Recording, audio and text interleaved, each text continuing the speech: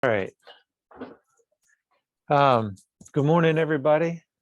It's Carl Thiel talking.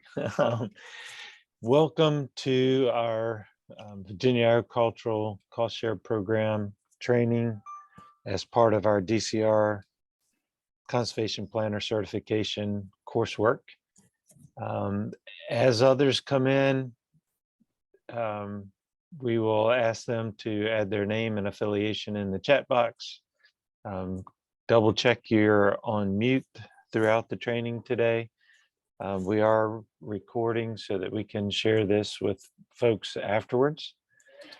Also wanted to let you know that if you have questions along the way, to put them in the chat box also.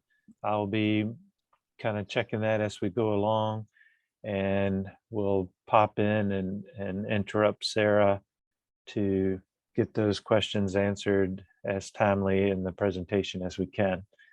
For those that don't know, Sarah Bottenfield is presenting today. She is our new Agricultural Incentives Program Manager. I'll let her introduce herself any more that she wants to.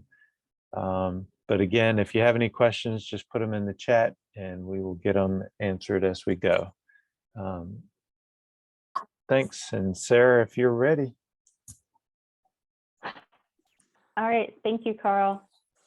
Hopefully everybody can hear me okay. As Carl said, I'm Sarah Bottenfield. I'm the new, new as of 4 months ago, Agricultural Incentives Program Manager.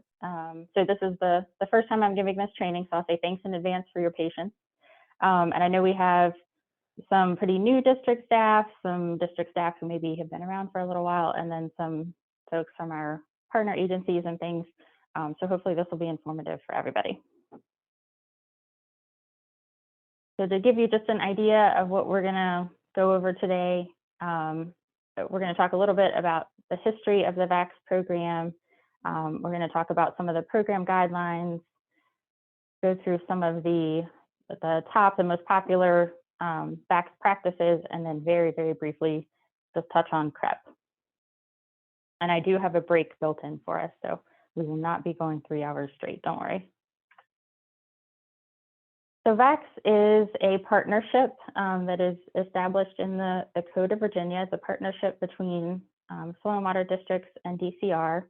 And it has the three main aspects to this partnership. So one is providing technical assistance for conservation services. The second one is delivery of educational initiatives. And the third is promotion of incentives to encourage voluntary actions by landowners. As far as history of the VACS program, it officially began on July 1, 1984, with the goal of improving the quality of water entering the Chesapeake Bay and the Chowan River. It provided financial incentives to producers in 68 counties, so not quite the whole state.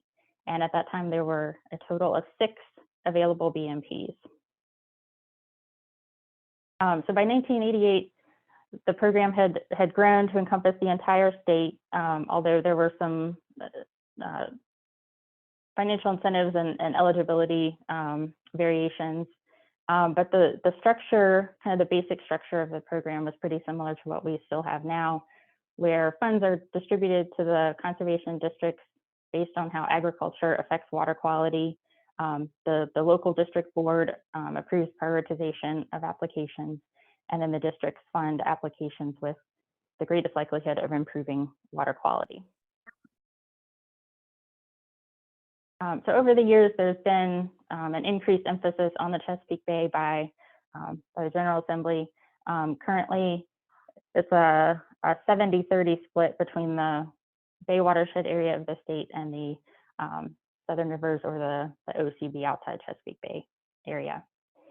There's been variation in funding levels over the years, as some of you know if you've been around for a little while. The overall trend, of course, has been upwards, and in 2023, again, as many of you are aware, we once again have a record level of funding. So the purpose of the VACS program, it is a water quality improvement program that is intended to reduce nutrient, sediment, and bacterial contamination of Virginia's waterways. And this is important to remember that VACS is focused on water quality. Sometimes our partners, particularly NRCS, our federal partner who we work with often, and others, have additional what we call resource concerns that they can address. So NRCS can look at plant health, they can look at air quality, they can look at a lot of different things for their programs. But VACS is focused on water quality. So just keep in mind when you're, potentially working with your NRCS partners, some of the things that they are cost sharing on or including in their contracts are not necessarily eligible under the VACS program.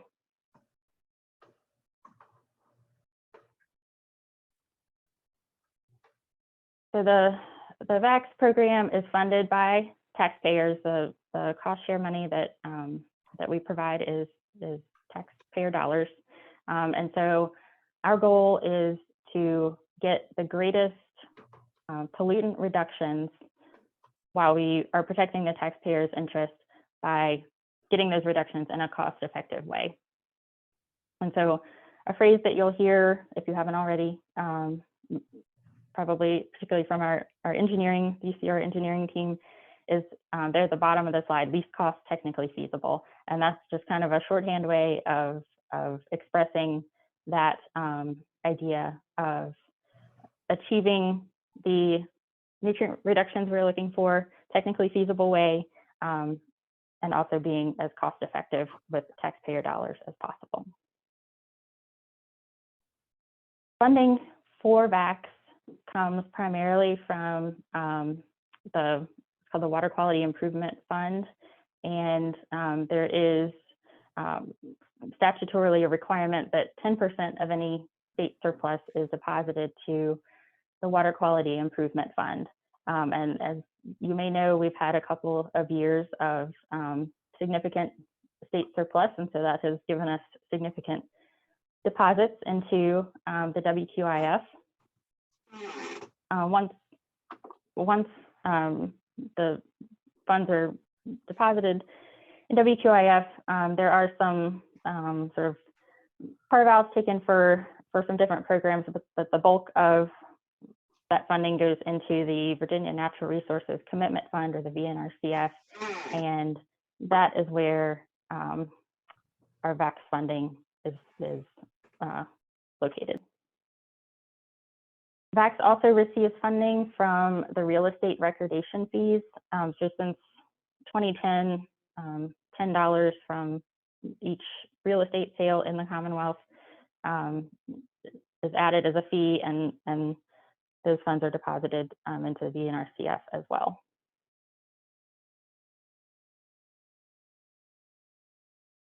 So the VACS funds are administered by an annual grant agreement between each soil and water district and DCR. And those grant agreements outline the deliverables or the things that the soil and water district has to accomplish in exchange for the funding that they're receiving. And the allocations to each district are largely influenced by the non-point source assessment, which is completed every 2 years as part of the Virginia Water Quality Assessment Report. So DCR uses the agricultural component of that non-point source assessment, and that looks at all of these different factors, land use and crop data, ag census data, soils information, all kinds of different factors, and inputs that into a model that will estimate and rank the pollutant load, so looking at nitrogen, phosphorus, and sediment from each hydrologic unit based on those characteristics. And then allocations to the conservation districts are determined by that ranking process. So the highest ranked 20% are labeled high. medium is the middle 30%, and then the bottom 50% are ranked as low.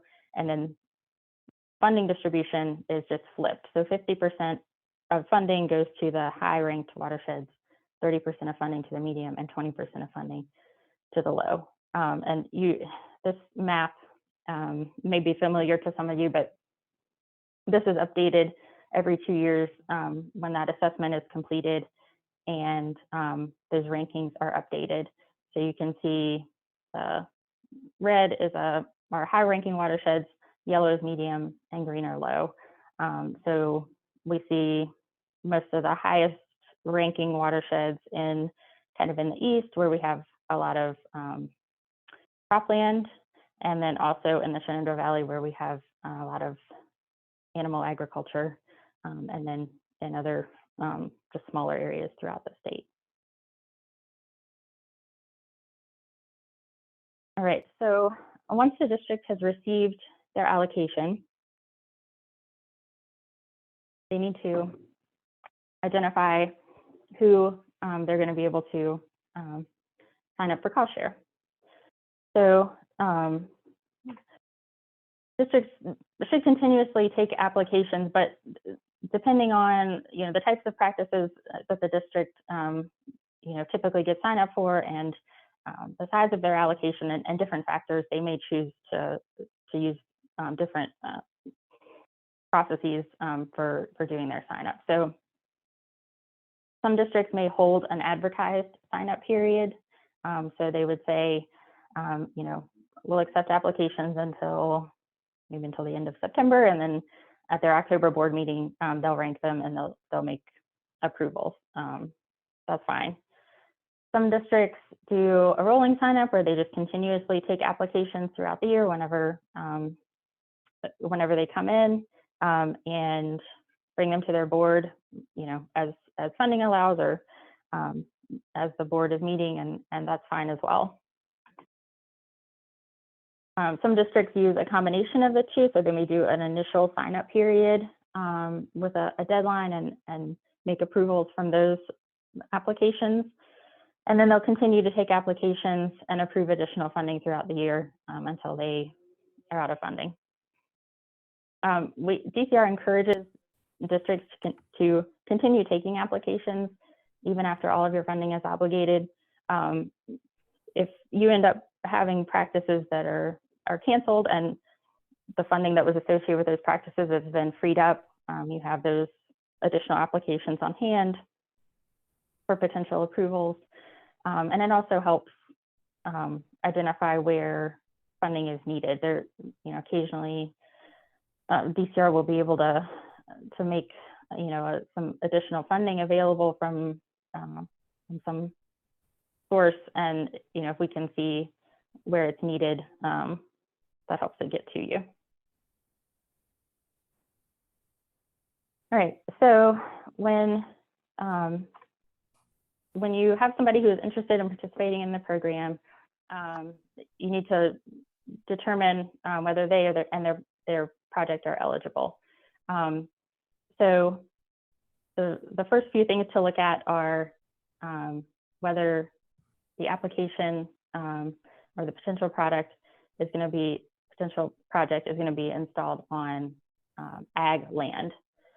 So the A in VACS is agricultural, and ag land is defined for our program as land being used in a bona fide program of agricultural management and engaged in production of agricultural, horticultural, or forest products for market.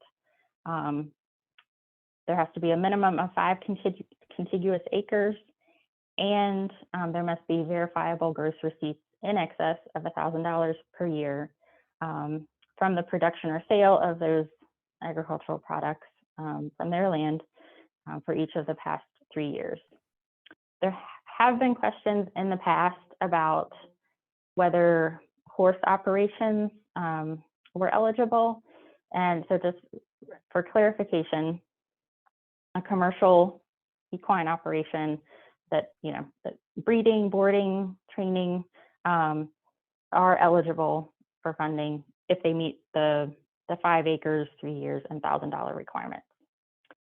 If the district staff, you know, are not familiar with this participant or with the land where they want to do a project, you can request financial records to verify that they meet the eligibility requirements. So maybe something like a Schedule F that they filed with their taxes to document that.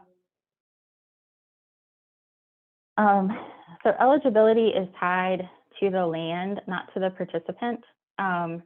So if somebody wants to apply for a cost share and they just started farming the land, you know, maybe they just got the lease on it, that's okay as long as the land has been previously farmed. So you can, you know, if you don't have personal just knowledge or familiarity with the land that they're looking at, you can look at county land use records. You can check with FSA to see if maybe previous lessee or owner reported production records to them. Maybe what a previous tenant or owner participated in VACS and you have a record of that. So you're looking at the history of the land and not necessarily the participant's history on that piece of land. One thing to note, land owned by municipalities or state or federal government agencies is not eligible to receive cost share or tax credit.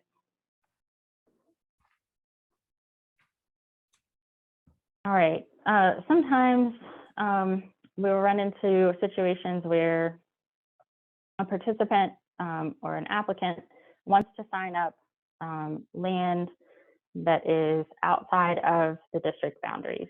So for some of the districts who are near the state border, you know, crossing out of as the state may be an issue.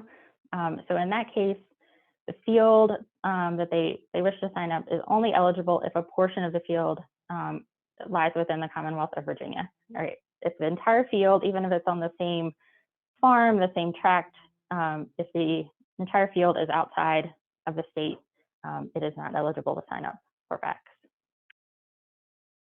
The situation that will be more common is when a producer has land in more than one district. So they are farming land that crosses the county or district border. So for an individual field, the district with the largest amount of acreage in the field should administer the program for that field. There is a county layer in the tracking program to be able to look at that. But just in general, if a farmer or participant wants to sign up land with your district that is outside of your district boundaries, that is allowed, but you need to coordinate with your neighboring district in those cases. Just make sure everybody knows what's going on and is on the same page.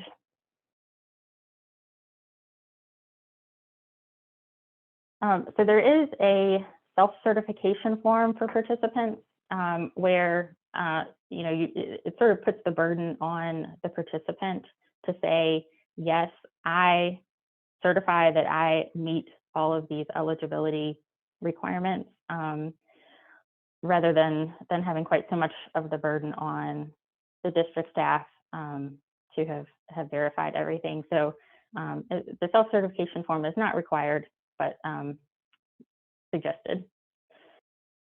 You'll also need from a participant a W-9 form. This is required because cost share funds are considered taxable income, and you will need them to complete and sign a contract Part 1. It's very important that the Part 1 is completely filled out. We're going to look at it in a little more detail in the next couple of slides.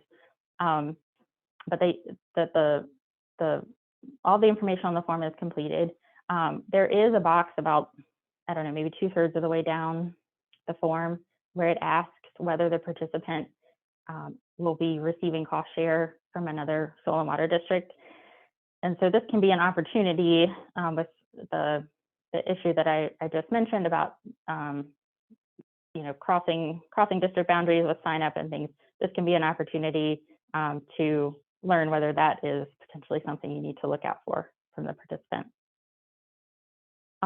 Very important that the person or the entity that is signing up on the Part 1 is the same as the person or entity whose information you have on the W-9. Those need to match. The person who is being paid and the person who is signing the contract, person or entity, need to be the same. And finally, make sure when somebody is signing up to participate, they do need to understand that the cost share funding they receive will be considered income, but the district staff do not give tax advice. If they have questions about what the implications of receiving cost share might be in terms of their taxes, just direct them to speak to their tax preparer. So this is the top part of the Part 1. This should all be completed when the participant is signing up. And I would encourage you, there's a lot of information in rather small print on the Part 1. So you may want to go over what, kind of the highlights of what's included on the Part 1 with somebody when they sign up. I would encourage you to either make a copy of the signed Part 1 to provide to the participant so they have a record of it, or if you're taking the sign up in the field and don't have a way to make a copy, just bring an extra blank form so that you can give that to the participant so that they can have a record of what they're agreeing to. So this is the bottom part of the form. You can see there the yes or no checkbox. That is where you should ask if the participant has or will receive cost share from another district during the current program year, and then it gets signed and dated at the bottom. So one thing to keep in mind, because as we work so closely with our NRCS and federal partners, if the district is notified by USDA that an applicant is in violation of any Farm Bill conservation provision, maybe for something like farming wetlands or something like that, then they are not eligible to receive cost share funds from us. And there's some bullets here about what to do in different situations. I won't go through all of that in detail, but just keep that in mind. They can participate in the tax credit program regardless of their USDA compliance status, though. Along the same lines, state environmental law compliance. So producers are eligible for cost share to address problems identified as part of a founded Ag Stewardship Act complaint. That's a program that's run by the Department of Agriculture and Consumer Services, VACS. As long as the applicant is implementing an ASA plan to correct the problem. They are also eligible for cost share if they are working with DEQ to come into compliance with a potential violation that's been identified by DEQ. They become ineligible when, in the case of ASA, they become ineligible when they've gotten to the point where the Commissioner of Agriculture has issued a corrective order as a result of not having implemented an approved ASA plan. And they become ineligible when DEQ has received an enforcement order unless they had already requested assistance. So basically, in these two cases, with ASA and with DEQ, there's sort of a voluntary phase for the producer to correct their problem, and they are eligible for cost share during that voluntary phase. Once they get to the point where some sort of order has been issued, they become ineligible for VACS. Okay, so moving on. Once you have received an application and determined that it's eligible, or that it's eligible in terms of the producer and the land that's being signed up, you need to look at the application in terms of the VACS program priority considerations.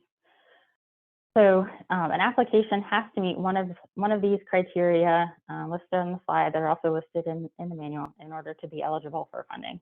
So it has to be located in one of the highest ranked hydrologic units in your district. The field is within or upstream of an impaired stream segment. The field is 1/3 highly erodible land, or the application will implement a BMP within an improved RMP, resource management plan. There are quite a few exceptions to those criteria for what we call priority practices. And those also are listed in the manual. Those are animal waste practices and a number of other practices that are implemented to protect groundwater, prevent gully erosion, or prevent critical areas. So the priority considerations are established statewide. They apply to everybody in the state. Each district gets to establish their own, what we call secondary considerations. And these are an opportunity for the districts to prioritize local water quality concerns. So the secondary considerations for the district are a set of written narrative statements, often accompanied by a ranking worksheet. The ranking worksheet is a way to assign a numerical value to those narrative criteria so that applications can be ranked against each other more easily. Secondary considerations cannot identify specific practices to prioritize for funding. They are required to use KEF, which is the conservation efficiency factor, and we'll talk about that a little bit more in a second. But districts must use KEF in their ranking process. Secondary considerations must be approved by district boards and by DCR each year before the district can make any approvals. And those come to me for the DCR approval. It used to be that they had a deadline of, I think, June 30th to be submitted each year. And that doesn't apply anymore. It's just, you know, the district can't make any approvals until, for the new program year, until they have gotten their secondary considerations approved. And once the secondary considerations are in place, they can't be changed at all during the program year. So they have to, the same considerations have to apply to everybody who submits an application during that program year. Okay, so talking a little bit more about KEF. It is calculated in the Ag BMP tracking program, which you may also hear referred to as CAS, or the Conservation Application Suite. And if you are a new staffer and you have not had much experience yet with tracking, I have heard from Jen Edwards that she intends to offer a tracking training in the near future. So be on the lookout for that. But so tracking calculates the KEF based on information that is entered for the practice. The KEF is based on 11 different components that are weighted differently depending on what they are. The KEF is best for comparing like practices. So for example, you know, ranking your cover crop applications against each other. It can also be used as part of secondary considerations through the ranking worksheet to compare practices that are not similar. And with KEF, a lower KEF score means a higher conservation efficiency. So a low KEF score is good, higher KEF scores are not as good.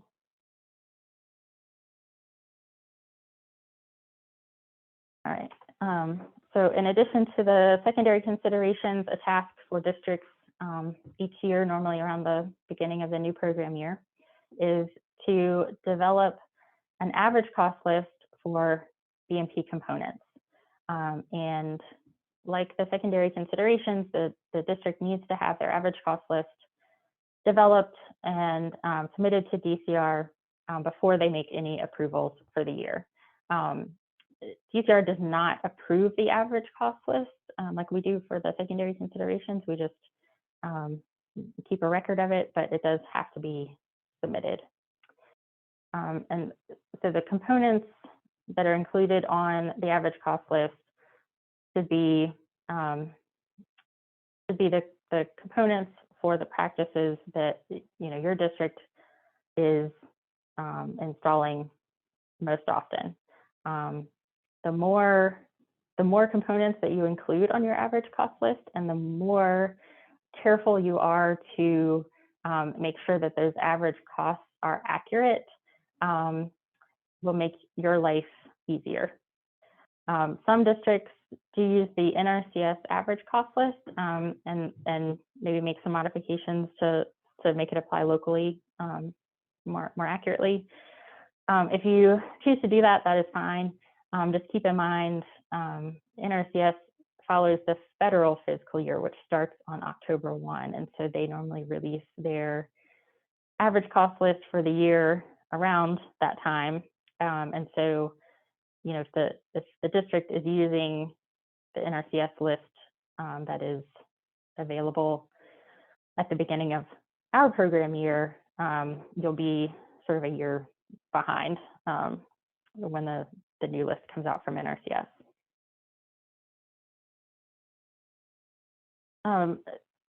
It is allowed for districts to use, we'll call it an abbreviated average cost list, but you do need to have a plan identified for how you'll handle costs for components that are not included on the list. And really every district, even if they have a more extensive average cost list, needs to have that plan, because there's always going to be something that comes up that doesn't quite fit into the standard plan or what you would normally expect. And there was a change in the last year or two that there can be occasional circumstances where the average cost list may need to be updated mid-year. That shouldn't happen often. It does require both the district board and DCR to approve it. There's a process outlined in the manual. But it's not meant to be an easy process because it shouldn't be happening on a regular basis, but it is now an option. All right, so you'll find that our cost share practices have payment rates or payment structures that generally fall into 3 different categories. There are practices with a percentage-based rate. So for example, the WP4 is a 75% cost share rate. There are practices that have a flat rate per acre. For example, our cover crop practices, SL8B, depending on all the different factors taken into account there, you might have a $60 per acre cost share rate. And then there are some practices that have a combination where there will be a percentage-based payment and then a flat rate payment.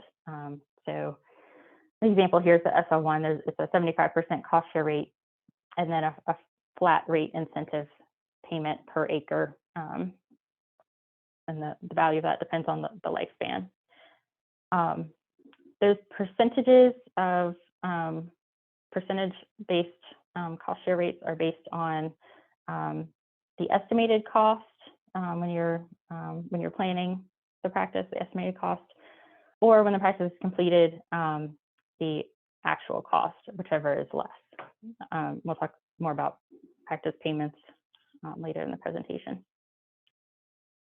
VACS funds can be combined or what we call piggybacked with federal funds, such as EQIP through NRCS or 319 funds through some grants that some districts have through BEQ.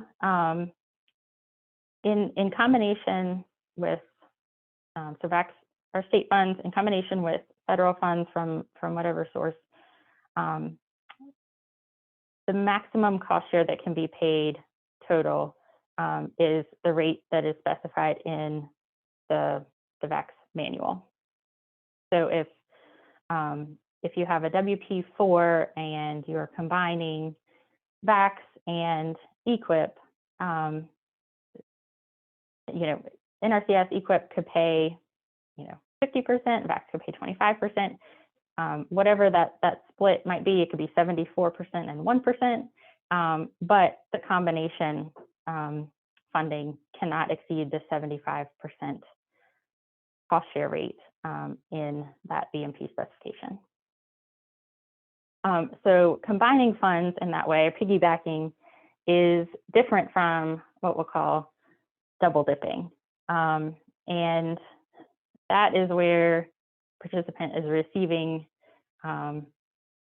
payment from more than one source for the exact same practice. So if somebody signs up with NRCS for cost share on cover crop, and then they come to the district and they try to sign up, the same field, the same season, the same crop, also for our cover crop program, that is not allowed. They're being paid twice for the exact same practice.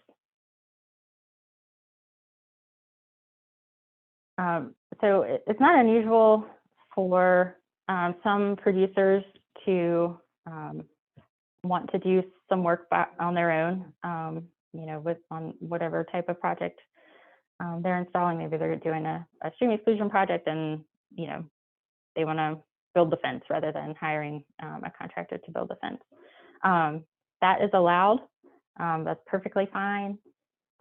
They should turn in some sort of bill or invoice or documentation of their work. And districts should have a plan in place to address those situations using their average cost list, so that producers are not intentionally or unintentionally price gouging and wildly overvaluing their time in working on their project. But it is fine, and participants should claim their own time when they're doing that work. Their time, materials, equipment use, shipping, whatever the cost would be, they'll be incorporated under a contractor's pricing. Right. Talk about engineering job approval authority. This will be discussed more thoroughly, normally by our engineers, Amanda Pennington, at the annual VACS update trainings that are held usually in June. So I'm just gonna, this is not the full story on job approval authority, but I'm gonna go over it briefly.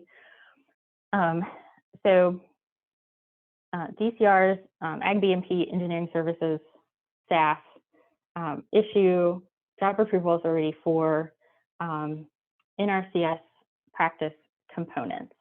And this comes into play primarily with structural practices, so animal waste practices, stream exclusion practices, things like that. There is a table in the manual that tells you which practices require engineering job approval authority.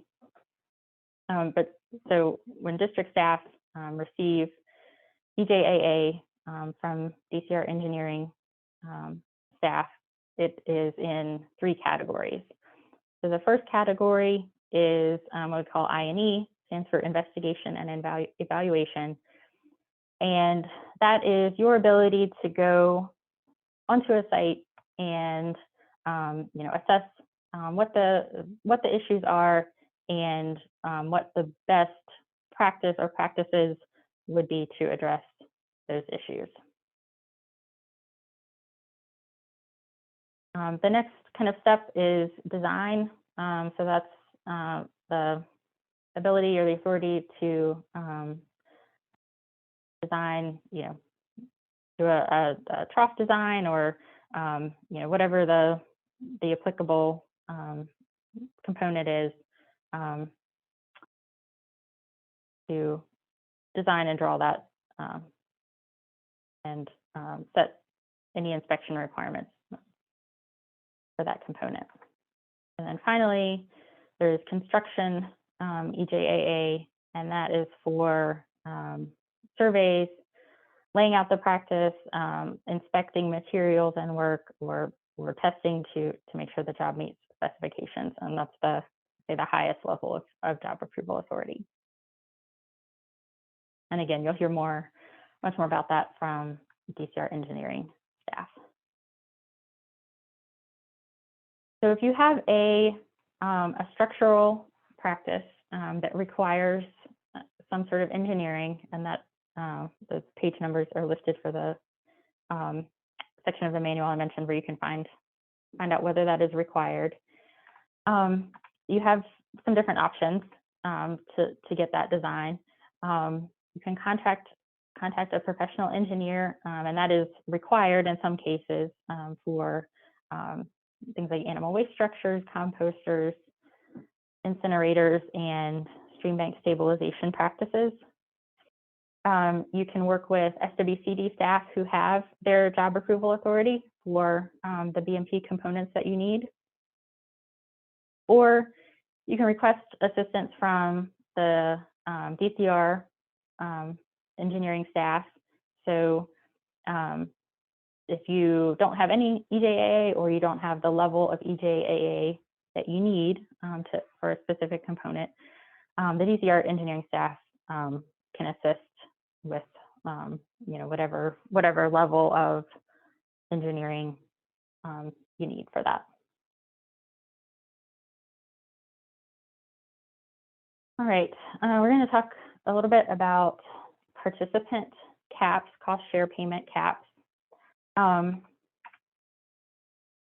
In the past, there were individual practice caps, payment caps on individual practices. That no longer exists. We just have a participant cap, and for the current year, program year 23, that participant cap is $300,000 per participant per fiscal year. There are some exceptions. The RMP 1 and 2 and the whole farm approach WFA, CC and NM do not affect this cap. So whatever the producer receives payments under any of those practices, that does not count against their cap for the year. Districts can choose to set a lower participant cap if they would like, particularly for the districts that get lower allocations. They may want to set a lower cap so that they can distribute their funding to more people, but districts cannot go any higher than the statewide cap. One thing I'll just clarify here is that the participant cap is per fiscal year, and it is for the fiscal year that the practice or practices are signed up. So if a participant, in the current program year, in program year 23, participant signs up for a really large animal waste practice, and they hit the cap, they're getting $300,000 of cost share in program year 23, but that practice likely will not be completed within program year 23. Maybe it's completed in program year 24.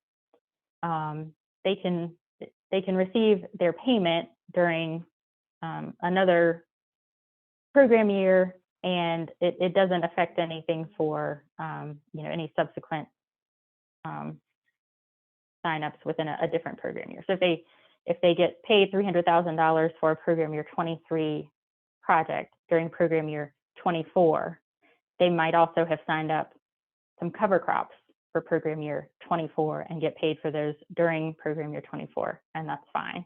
The funding cap is tied to the year that the practice is signed up in.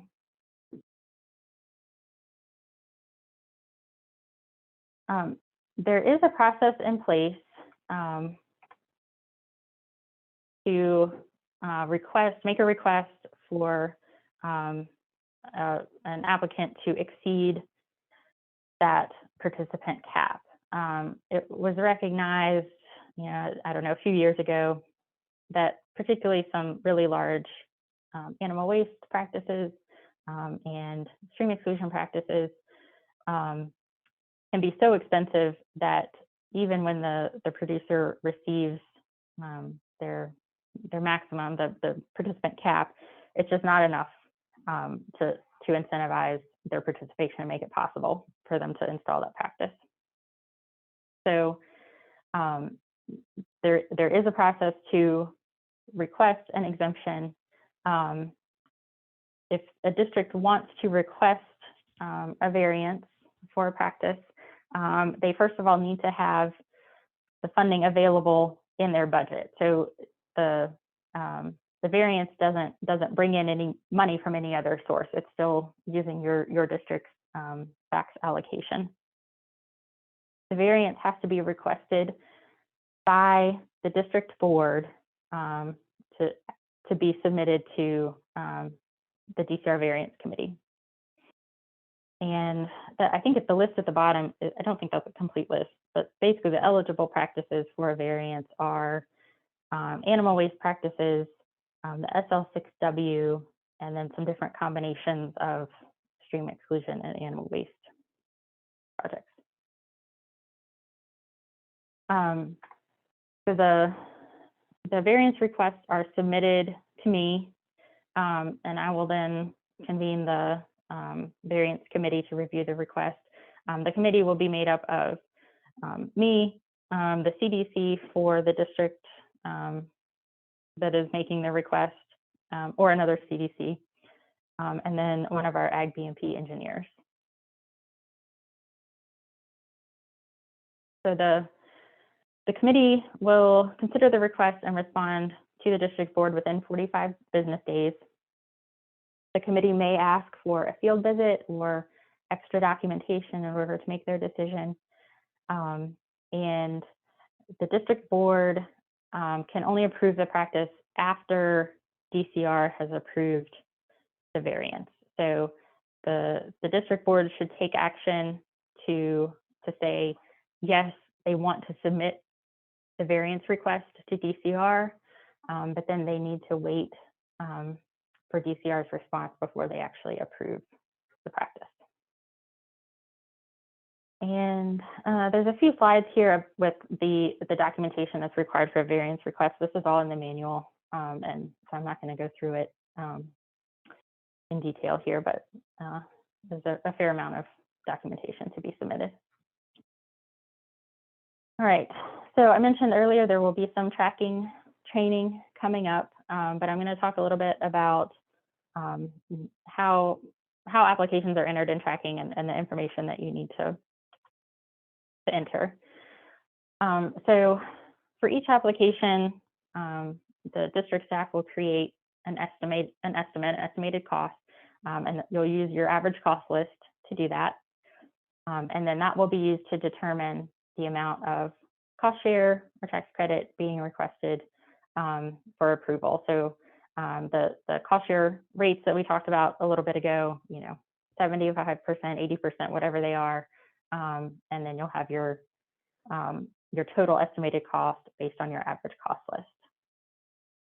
You will enter the application into the tracking program, depending on what kind of practice the application is for. There are different measures that you may need to enter, acres or animal numbers or whatever applies to the particular practice. And then you also need to map the BMP, and that allows the CAF score to be calculated. And then tracking will also generate a contract part 2, which we'll look at more closely here in a second. But that is that documents the approval of the practice. And a conservation plan and or nutrient management plan will be written for the practice. And there is sort of like the table of engineering needs. There's also a table in the manual of what practices need in terms of conservation plans or nutrient management plans. This is just, if you haven't seen it yet, you will soon, the tracking login screen. Part of the conservation planning process and what you will do in tracking is what we call resource reviews. And this is to evaluate any potential impacts for the BMPs that we're planning on other resources that the state has an interest in, for example, threatened and endangered species.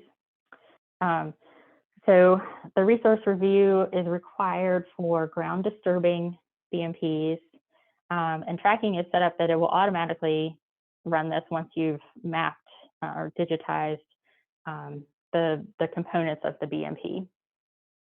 If you find, when you run the resource review, if you find that there is a hit, so something comes up with a state threatened species and you need to follow up with natural heritage or wildlife resource or whatever, those responding agencies have 30 days to get back to you when you contact them.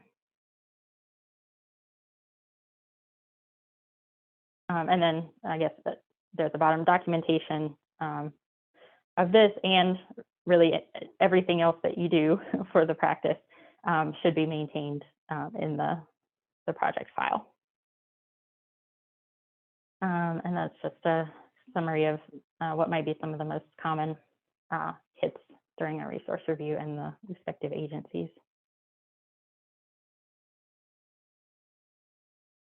Carl, have we had any questions come in? Nope, no questions yet.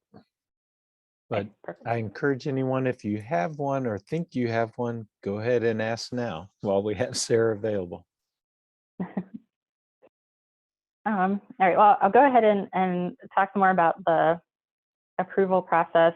That once you've gone through the eligibility evaluation and entering things in tracking, like we've talked about, so all applications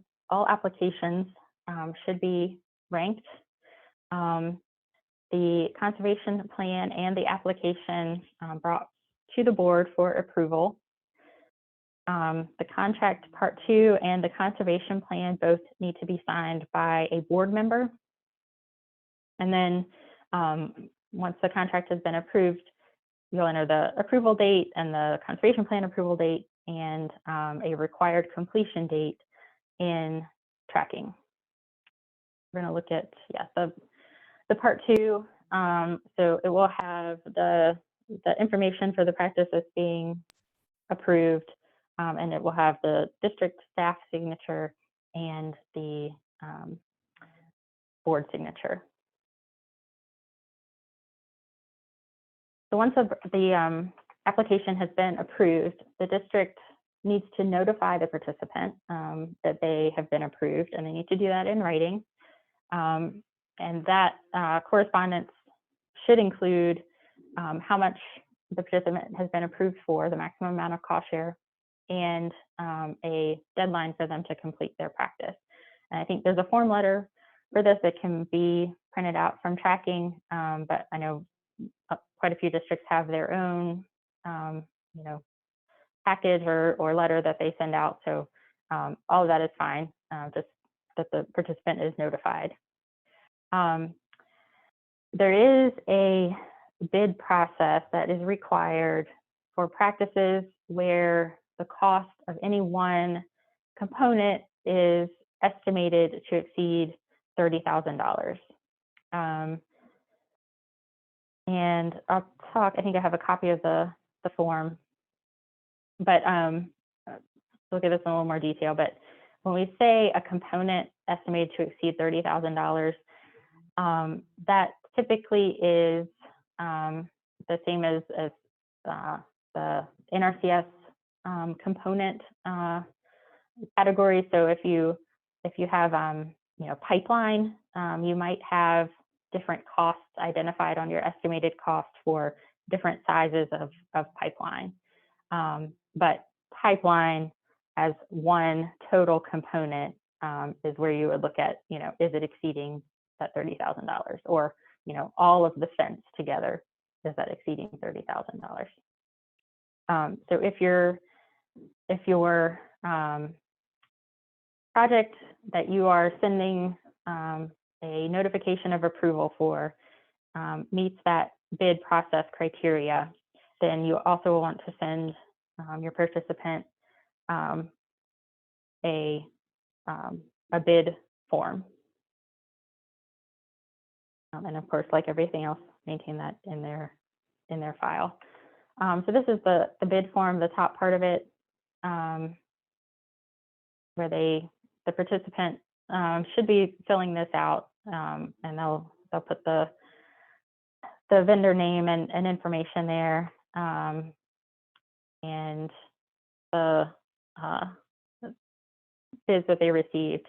And then there at the bottom, they'll fill out the vendor that was selected. They are not required to select the lowest bid, but if they don't, they just need to explain why. And it should be a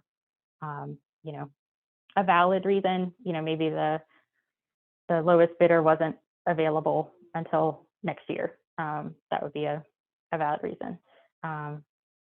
They say, I didn't take the lowest bid because I wanted to give the business to my cousin who also bid on this project. That would not be a valid reason for not selecting the lowest bid.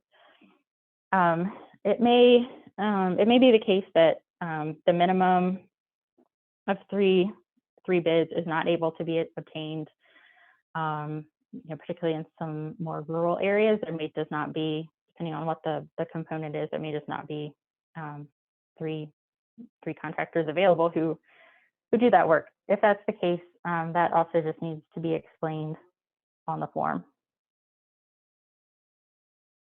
So we talked about a little bit of this already, but while the participant is getting bids, their practice, the status of their practice should be conditionally approved pending bids, and they'll get a conditional approval letter.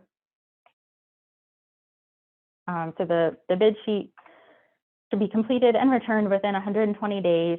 Talked about if 3 bids can't be obtained, what to do there. And then once the completed bid sheet has been received and it looks good, then the practice can be changed to regular approved status.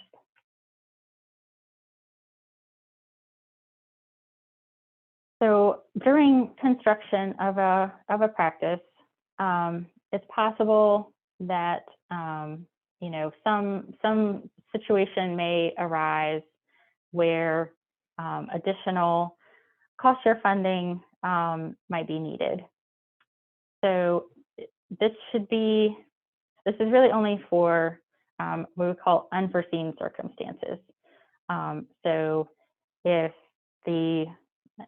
say it's a livestock exclusion practice, and they've been approved for whatever amount of cost share that the district calculated, and as they start working and installing the pipeline, they find that they're just running into a huge amount of rock, and so they're going to have extra costs either to dig through the rock to put the pipeline in, or to route the pipeline in a longer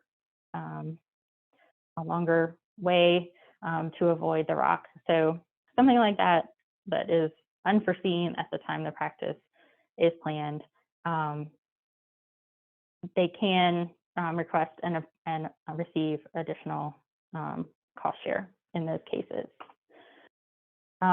If that is the case, an additional cost share is approved, it should be documented in the comments box on the in the tracking program on the main it's on the main instance screen, and also in the board meeting minutes.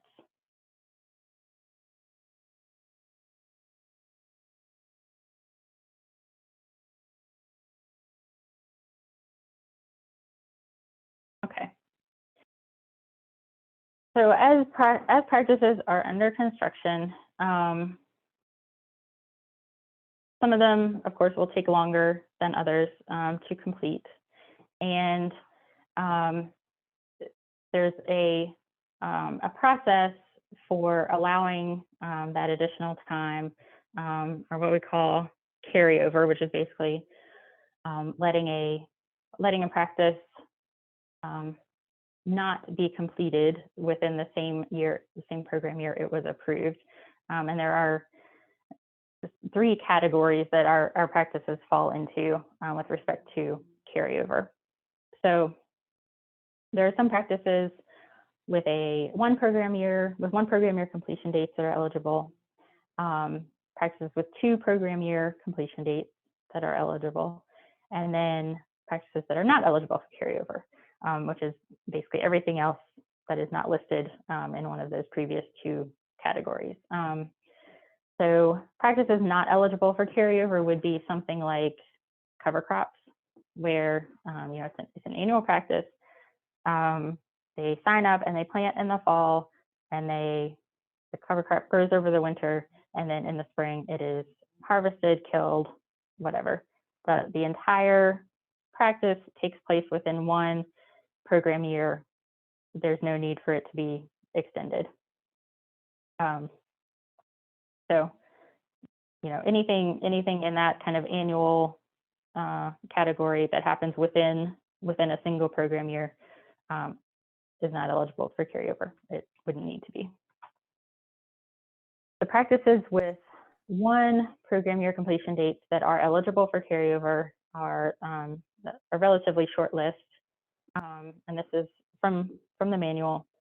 And these are mainly practices where you may have, sign up in the spring, and then the practice activity is happening into the summer, maybe late summer or fall. So it's crossing 2 program years, or where you just need, for something like an SL1, where you want to allow 2 planting seasons that could be a spring and a fall planting. So for these practices, prior to June 30th, 2023, the end of the current program year, the district will assess all the BMPs they have that are in this category, and if justified, and the language here is under construction, which doesn't really make great sense with something like nutrient management, but in progress, if the practice is in progress, then the board can approve those practices for an additional year to be completed. So that would give them the 2024 program year through June 30th of 2024. In that case, the practice would be changed to a carryover status in tracking. And if we get to June 30th of 2024 and the practice has not been completed at that point, then it has to be canceled. And there's really no reason for any of the practices on that list. It just wouldn't make sense for them to go beyond that. So practices with 2 program year completion dates that are eligible for carryover, as you can see, this is a much longer list. And this generally is practices that are structural, or that for whatever reason just may need a longer amount of time to be installed. So for these practices, they should sort of automatically get 2 program years for completion. So the board does not have to take action to approve them for carryover into a second program year. It's automatic. They do have to have their status in tracking updated to carryover. So all of those, if practices on that list were signed up in the current program year, they will all have until the end of PY24 to be completed. If they get to the end of their second program year, so in this case, the end of program year 24, and they're not complete, but they are substantially under construction, that is important, the district board may approve them for one additional year of carryover. So that would be their third program year. Approving carryover into a third program year really should only occur if the board deems that it is justified, because the project is substantially under construction. Repeatedly carrying over practices that are, really not getting off the ground is just really not ideal for anybody involved. So the board has the authority to extend carryover through that third program year. If at the end of the third program year, the practice is still not complete, and a fourth year of carryover can be requested by the district, but has to be approved by DCR on a case-by-case basis. And those requests have to come in to me no later than May 15th each year. If that additional fourth year of carryover is approved by DCR, that is it. At the end of that fourth year, if they still are not finished, then that's it. They get no more time. They have to be canceled. So there's an example in here of an SL6W carryover. I'm not at I'll send out, or I'll make sure that it is sent out at the presentation in PDF, so that you all can look through this, but I'm not gonna go through it in detail as an example. So the request to DCR for those fourth year carryovers, DCR, there's a Logi, and if you haven't worked with tracking, you probably haven't worked with Logi. Logi is our system to pull data out of tracking, but I'll use a Logi report to pull information about projects that may be in that situation, but the district should be proactively working with their CDC and submitting those requests for approval, again, no later than May 15th, so that they can get a response and be able to approve that carryover at their June board meeting.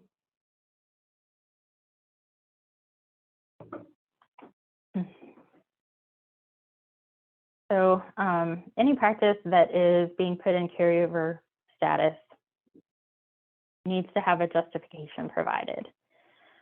And so there's a window in the tracking module where the district staff can go in and choose as many as 3 reasons or justifications for needing carryover. In the situation where a fourth year request has been made to DCR, one of those 3 options needs to be selected as other, and then in the comment section on that general tab, a full description about why that fourth year is needed. And here's just a screenshot from tracking of what that drop down selection looks like for carryover reasons. And this, by the time anybody runs the LAGI report for this purpose, it will be for carryover into FY24, not 23. But when districts use this report to pull their carryover practices, it may end up that their board does, approve some of those carryover practices that don't technically require board approval. That's fine if they, if you run this report and everything is just lumped in together. That's no big deal. There are a couple of exceptions. If VACS is approved for a project, but DCR, the district, is not the lead on that project, so CREP or NRCS, equip, piggyback, something like that, we can make some exceptions for the typical carryover rules. However, those participants still should be encouraged, strongly encouraged, to complete their practices in a timely manner. All right, so we have gone through all of the eligibility, the approval, the tracking entry, all of those steps for a practice, and it is complete and it's ready to be paid. Sarah, can I interrupt you 1 second? Sure. There was a question just to confirm where folks can find the bid forms. It is in the manual. I don't know off the top of my head the page number, but it should be in the manual.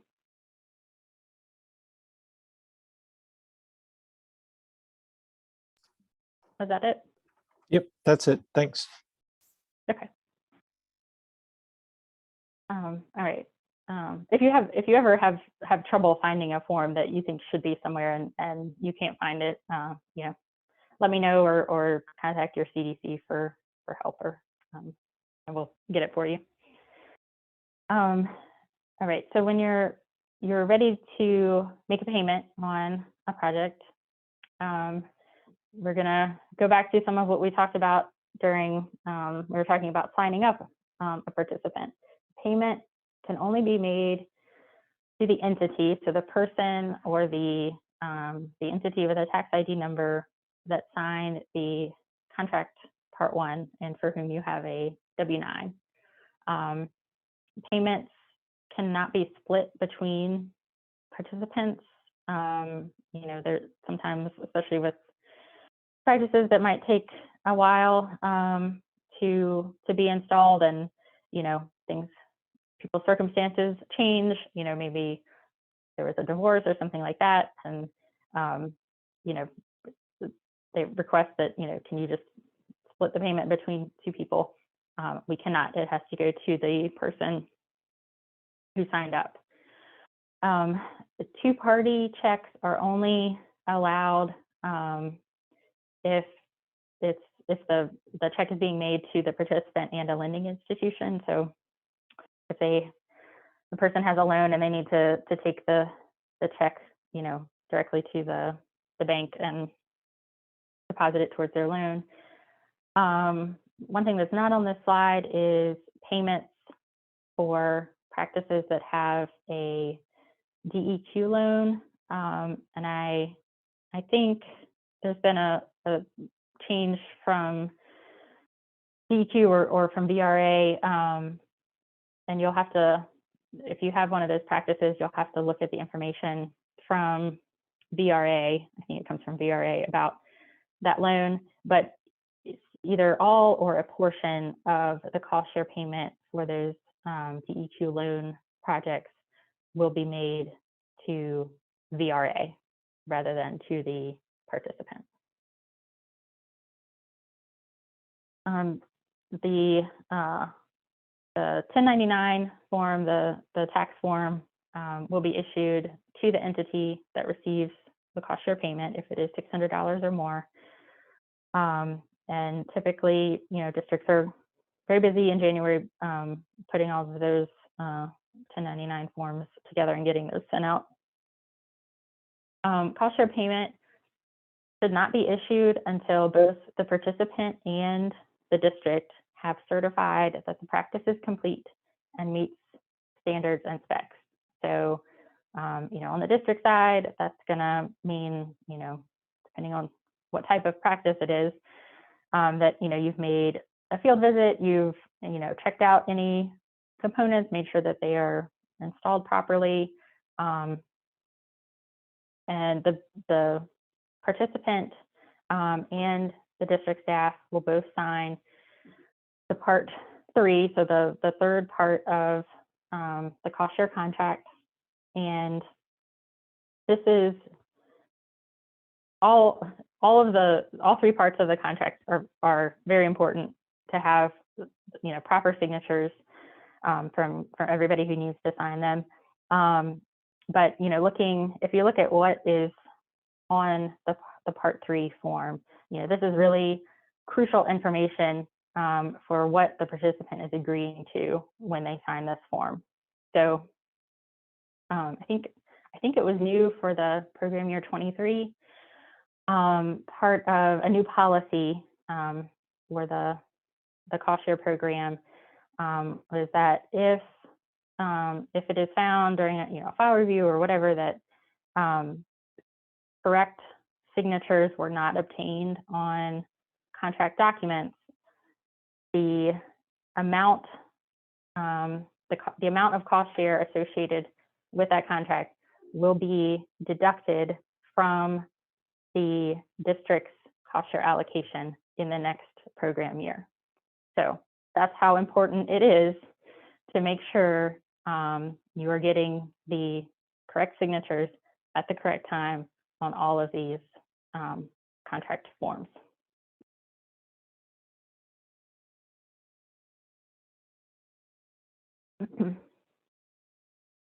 So once the practice is completed, part of what the participant has agreed to in their signature on the Part 3 is that they will maintain the BMP for the duration of the lifespan.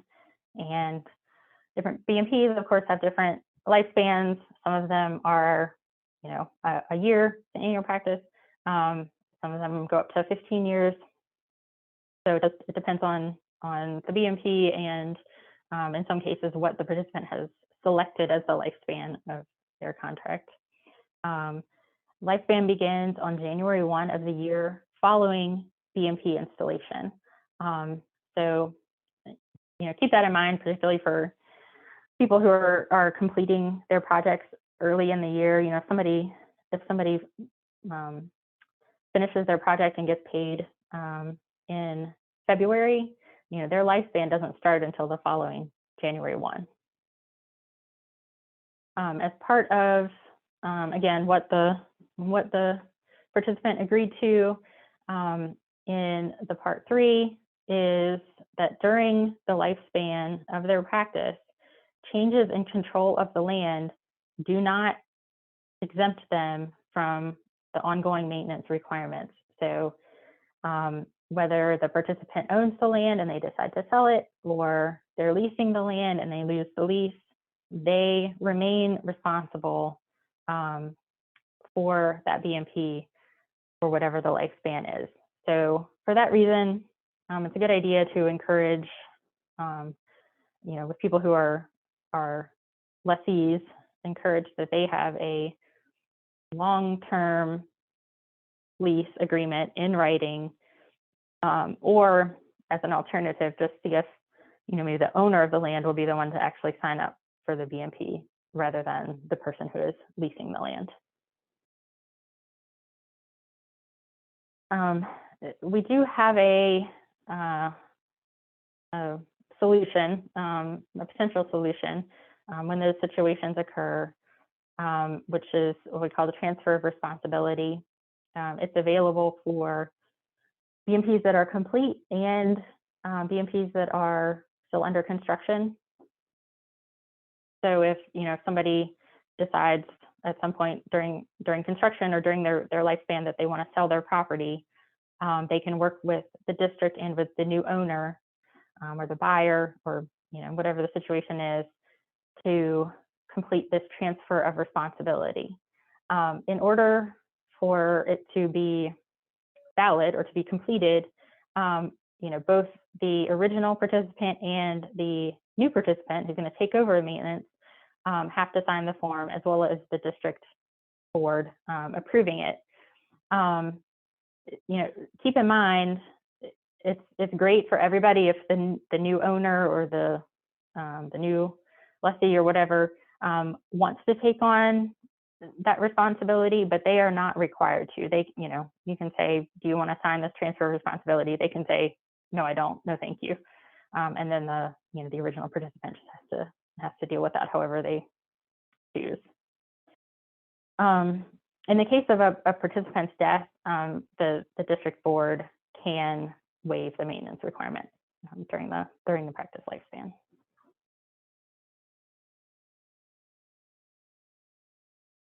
All right, so one other activity that may happen during the practice lifespan is what we call verifications, or you may hear some people who've been around for a while, like me, say spot checks. They're basically the same thing. Verifications are conducted annually by district staff and DCR. Typically the CDC for the district will participate. And it's just a way to inspect BMPs that are in lifespan to make sure they're being maintained and that they're still functional. They're randomly selected by DCR. There is some sort of formula for how they're identified. I don't know what it is. But randomly selected DCR engineering services staff are available if needed for, to help evaluate if there's a question about some engineered component of a practice. And the district or DCR can add additional verifications during the year if needed or if warranted. Again, that's part of what the participant has agreed to in their cost share contract, is that they'll allow the appropriate staff access to the property for verification purposes. It's always a good idea if you are going to do a verification or a visit to get in touch with the producer or the landowner. But they have agreed to allow it. So if during a verification, or just while you're maybe out going to another site, you drive by a place where that there's a cost shared practice and you see that it is not being maintained, you would potentially, or you certainly would, if you find during a verification, you need to let the participant know that there's some sort of maintenance needed, or they're out of compliance in whatever way that you found. So that should be done first verbally, either while you're on site visiting with them or by a phone call. And of course, anything like this should always be documented in the project file. You'll also follow up within 2 weeks of discovering the issue. Follow up within 2 weeks with a written notice via certified mail. And in that written notice, you'll tell the participant what the problem was, that the time they have to come back into compliance, and that if they do not make the corrections, then repayment of cost share will be required. One thing that is pretty common is, on a spot check, you go out and you find that the stone around the trough has been, picked away or scattered away, and now the concrete, the edge of the concrete around the trough is, potentially being compromised, and they need to add stone around the trough. So it could be something simple like that. It could be something more significant, like, fence has been taken down for some reason or something like that. So the district can provide up to 6 months for the participant to bring their practice back into compliance. Depending on what the issue is, they may not need a full 6 months to address it. At the end of whatever grace period the district has given, they'll need to go out and re-inspect the practice. If the issue has not been corrected, then the district will notify the participant in writing that repayment of cost share funds is required within 60 days. If that 60 days passes and repayment has not been received and they still have not corrected the issue, then the district will refer the case to the Office of the Attorney General for them to follow up on as they see fit. And if there was tax credit received for the practice, then tax credit goes back to the Department of Taxation. If cost share repayment is needed, the way to calculate that is included in the manual, but it's pretty straightforward. It basically looks at the lifespan of the practice by month, and it just just calculate how many months the practice was in compliance, how many months of the lifespan that leaves remaining out of compliance, and then you do a prorated calculation on the out of compliance months, and that is what they would owe back. It does happen occasionally that there is some sort of practice failure caused by something out of the participant's control. So there's a flood that took out a bunch of their exclusion fence, or their animal waste structure got hit by a tornado. So the participant could not have done anything to prevent that. So in those cases, they may request a one-time additional cost share to fix the practice, bring it back into compliance. It's important to know, and for the participant to know and take into consideration, that receiving that additional cost share does reset the lifespan for their BMP. So depending on how much cost share they're talking about and where they are in the lifespan for the original practice, they may need to think about whether they feel it's worth it. These scenarios for additional cost share have to be approved by me. And there's a number of other steps. This is just a C manual for further details. But just be aware that that is an option that's available if it comes up. There may also be situations, very unusual situations, where a participant, their practice is not in compliance, and they request that the board forgive repayment based on some highly unusual situation that has created a hardship for them. So examples here, they've got a life-threatening illness, a bankruptcy, something else, on that scale. So in these situations, the board has to determine that due to these, again, highly unusual circumstances, that it would be reasonable to forgive the cost share repayment. And then those requests will be submitted again to me, a copy to the CDC, and then I will bring together a committee to decide whether to grant the hardship request.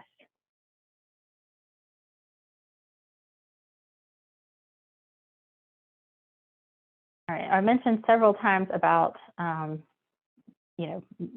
maintaining copies of things in the practice file, and that should always be your default. Is if something happens, whatever conversation you have with a participant, you send them something, keep a copy of it in their practice file.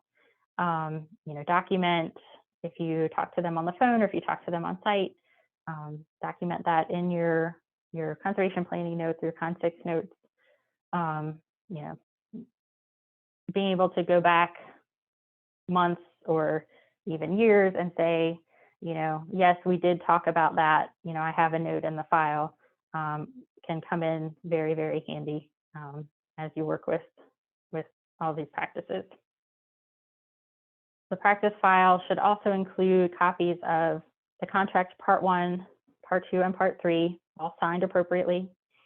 All of your designs, job sheets, as-built, plans, maps, agreements like the manure storage agreement, your estimated cost, the W-9, a copy of the check and the payment calculation, tax credit certificate, the receipts or bills that the producer provided, all of that and more should be maintained in the practice file. There are administrative file reviews done by the CDCs, and if you're very new, your CDC is your Conservation District Coordinator. They look at 10% of projects and review the practice file to ensure that all of those needed pieces of documentation are being maintained. If you want to know what they're going to be looking for, or if maybe your files haven't been in the greatest shape and you're trying to get them back in order, in the glossary of the manual, you can find the cost share file administrative review form. So you'll know what your CDC is going to be looking for and what you should be looking for in your files. I'm going to talk about this briefly. It's slightly old news now, but in 2021, there were some changes to tax credits. They were the ag BMP tax credit availability was expanded. It was passed in 2021, retroactive to January 1 of 2021. Currently, it goes through December 31, 2024, unless the General Assembly extends it further. One of the changes was that there's a $2 million annual total cap for BMP tax credits statewide. That's not anything the district needs to worry about. The Department of Taxation enforces that, but just to be aware of it, for all of the BMP tax credits being claimed statewide. And so the current system now is that a 50% tax credit is available up to $50,000 per individual for BMPs that are implemented on acreage included in an approved resource management plan in the implementation stage or beyond. And then there's a 25% tax credit up to $25,000 per individual for BMPs on acres that don't meet that RMP criteria. So the maximum that anybody can receive is $75,000 in tax credits, which would be maxing out on both types. And the credits are refundable. So tax credit is calculated on out-of-pocket costs after cost share has been received. And for the purpose of calculating tax credits, cost share includes you know, what is called here traditional cost share, as well as flat rate payment incentives and buffer payments. So in order to figure out what your participants' out-of-pocket costs are, it's very important that you have their receipts, invoices, whatever documentation they have for their expenses. The equipment tax credit is also goes back to January 1, 21 through December 2025. It is for 25% of expenditures on no-till or precision ag equipment. There's more details about this in the tax credit section of the VACS manual. It's capped at $17,500 per individual or entity claiming the credit. And the responsibility for determining whether the equipment is eligible for the tax credit is on the purchaser, the person claiming the tax credit. It is not up to district staff. So by the time that the participant is claiming their credit or filing their taxes, they need to have a conservation plan and be implementing a nutrient management plan. And there is this form, the sample certification form, that can be printed from tracking if your participants would like to use it. All right, and one last, before our break, one last thing I'll touch on is the option for voluntary reporting. You know, over the years, there's been farmers and others saying, you know, we're doing a lot of great things, and just nobody knows about them, and you know, there's no way to report them. So the voluntary practice program was intended to address that and capture and give credit for those things that farmers are doing without funding or those, you know, that have come out of lifespan. The voluntary BMP specs have standards that have to be met, and then voluntary practices are subject to inspection or verification, you know, like other BMPs during the lifespan. We'll talk more in the second half of the training also about the CCI, or Continuing Conservation Initiative practices, that are sort of a voluntary participation, but with some funding attached to them. So with that, I think we're all probably ready for a break. It is, all right, my clock says it's 10:42. So I'm gonna just say 10:55. We'll take a 12-minute break. So at 10:55, we'll start back. All right, and we'll start with answering any questions that may have come in the last section there. So 10:55, be back.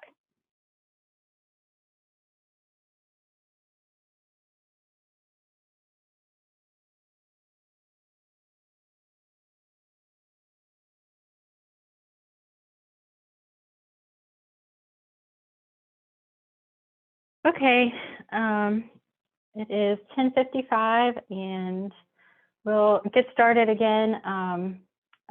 Carl, if you're back, can you let me know if we got any questions in during the last section?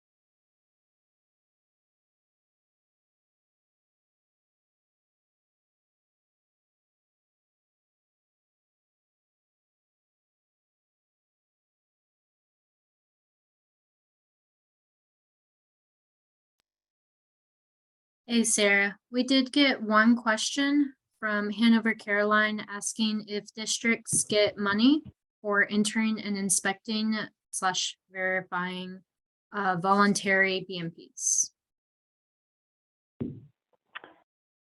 If they, I don't think so, but I may need to look into that a little bit, give you a final answer.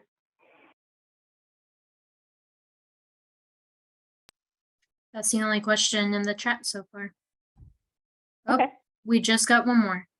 If they are Okay. on the list of, oh, apologies. It was an answer, not a question. Oh, okay, no problem. All right, well, if questions still come in, just stop me and let me know.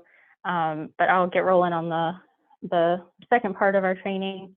So we're going to switch gears a little bit and talk about some of our called key VACS practices. So some that are the most popular, or that we receive a lot of reduction credit for, or for whatever reason, they're some of the most important practices we work with.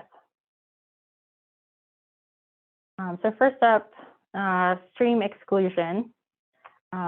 These are the SL6N and the SL6W practices. So these practices require stream exclusion fencing and an off-stream watering facility as components of the practice. If they result in more than 3 grazing units being created through installing cross fence on our interior fencing, then a grazing management plan also is required for these practices.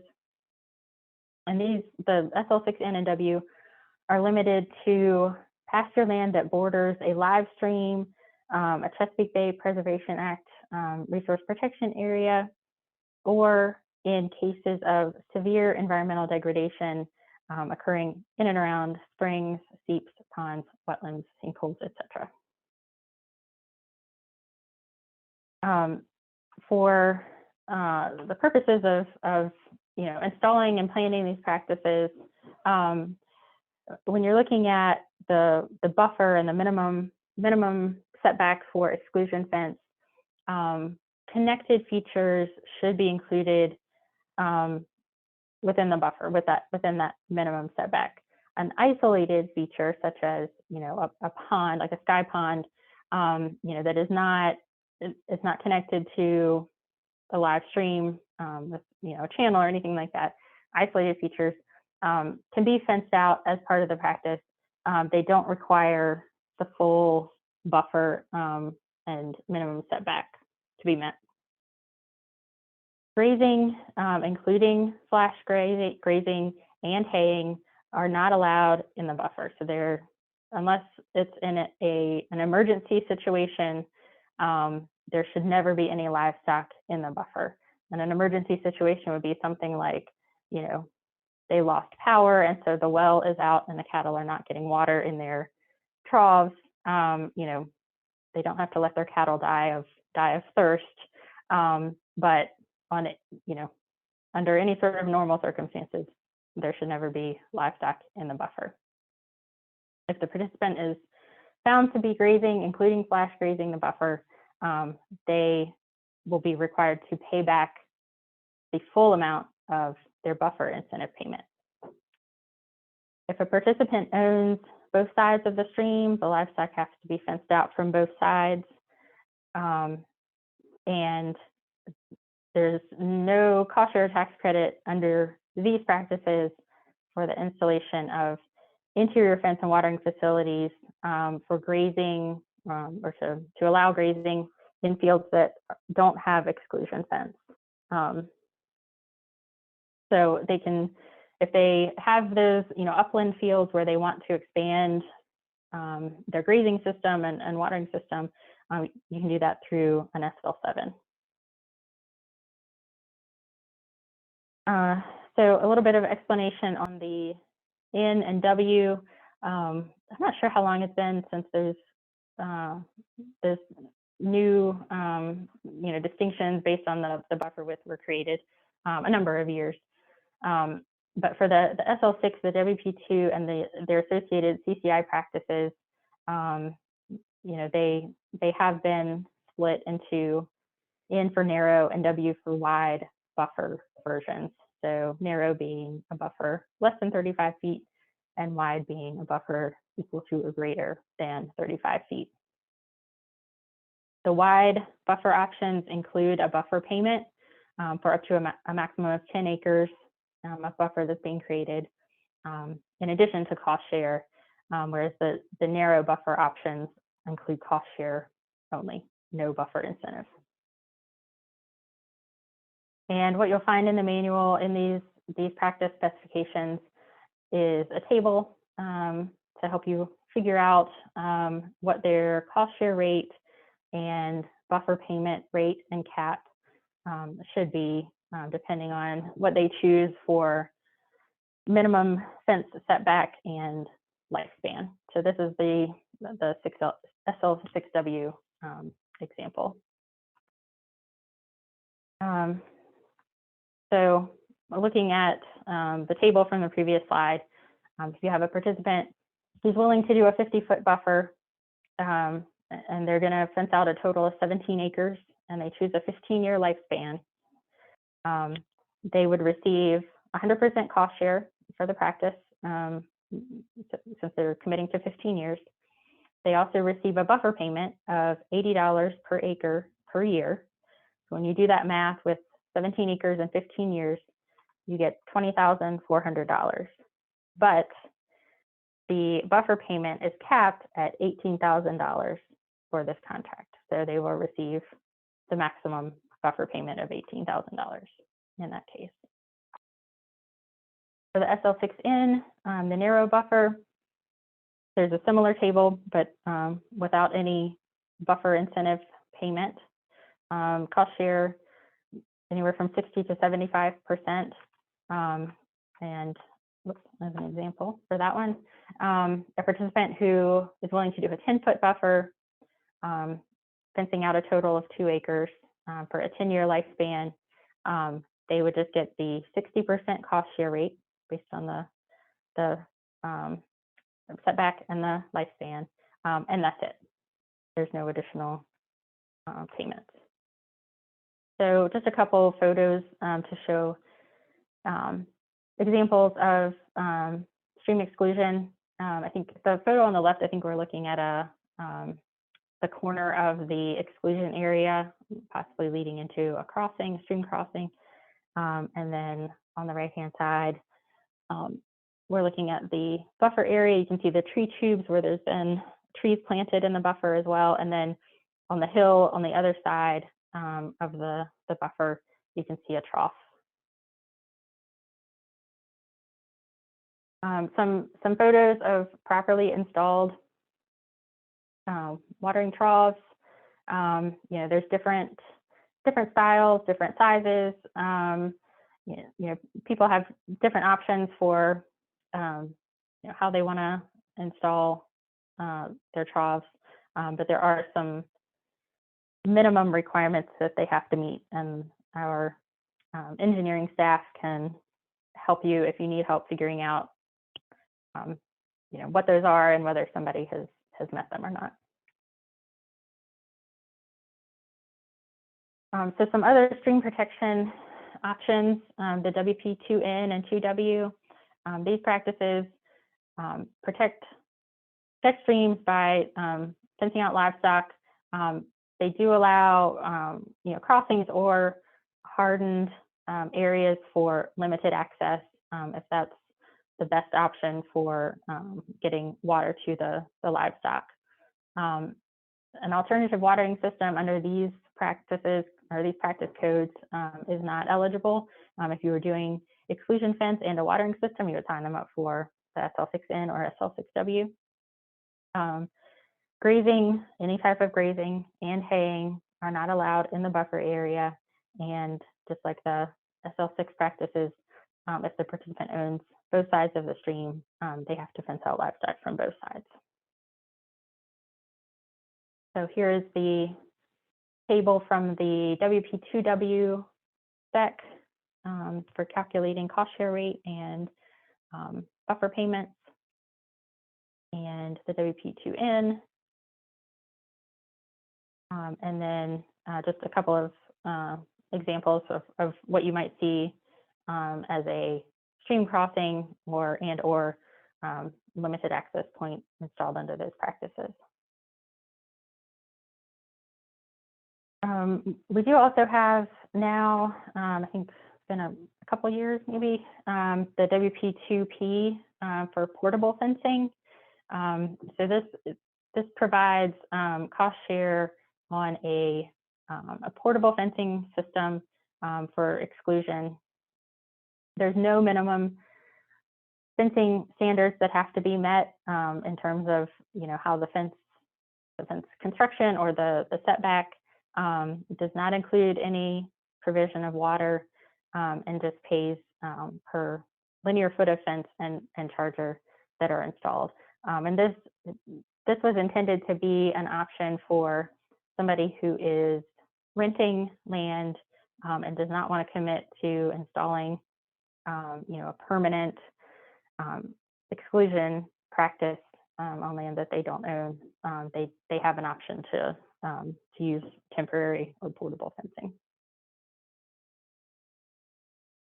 The SL7 is the extension of watering systems. I mentioned this in conjunction with the SL6 practices.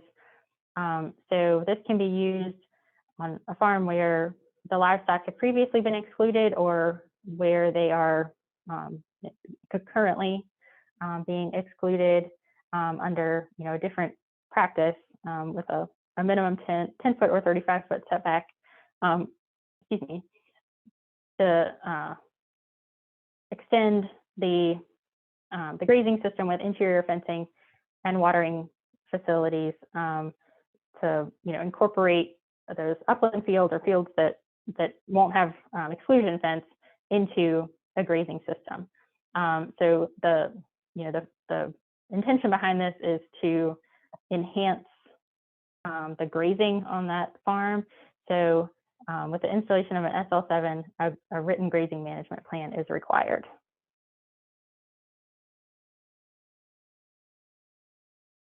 The SL7 includes cost share on infrastructure for facilitating rotational grazing. With CREP, the SL7 can be installed with a CP22 or CP29, and it has a 10 or 15 year lifespan.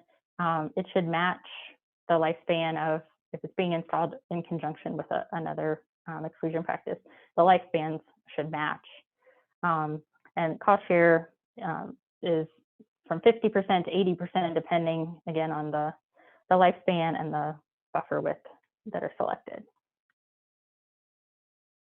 So I mentioned CCI practices right at the end of the last, or the first section of the training. The CCI stands for Continuing Conservation Initiative. So this is a way for DCR to continue tracking practices, that are still in place and functional even after their initial lifespan has ended, and being able to offer some kind of incentive and maintenance help for the farmer when they sign up for these practices. So there are 5 CCI options for stream fencing practices, just depending on what the circumstances are on that particular farm. They don't have to meet a minimum standard for the fence or anything else. It's just up to the judgment of the conservation planner as to whether they're functioning and effective to meet the practice requirements. The practice being signed up for CCI is not supposed to be in lifespan from any other program, but prior to me coming on board, there were discussions with USDA, and CCR did decide to allow CCI on CREP renewals. So somebody can renew their CREP and sign up for a CCI on their exclusion. So the CCI payments or practices are paid after the district staff has made a field visit and confirms that everything is in place and functional. You know, if there's any maintenance that's needed to bring anything into, you know, being functional, that's been taken care of. And these are talked about as maintenance practices, even if they don't actually need to have a need for maintenance at the time they sign up.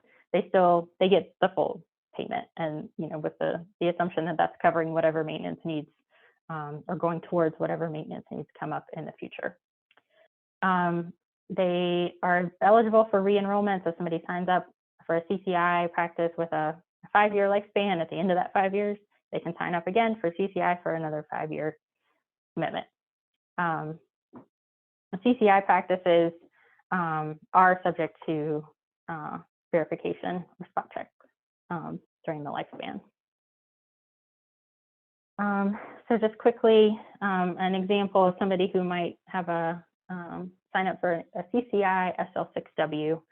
So they would get a payment for the linear foot of stream bank protected, and then they get a payment for each trough, stream crossing, and watering system that is installed. And I can add up quickly.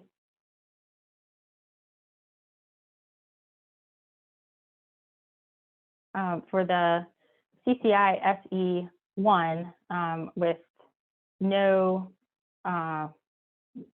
fencing, exclusion fencing setback requirements, the payment is just 50 cents per linear foot of stream bank protected.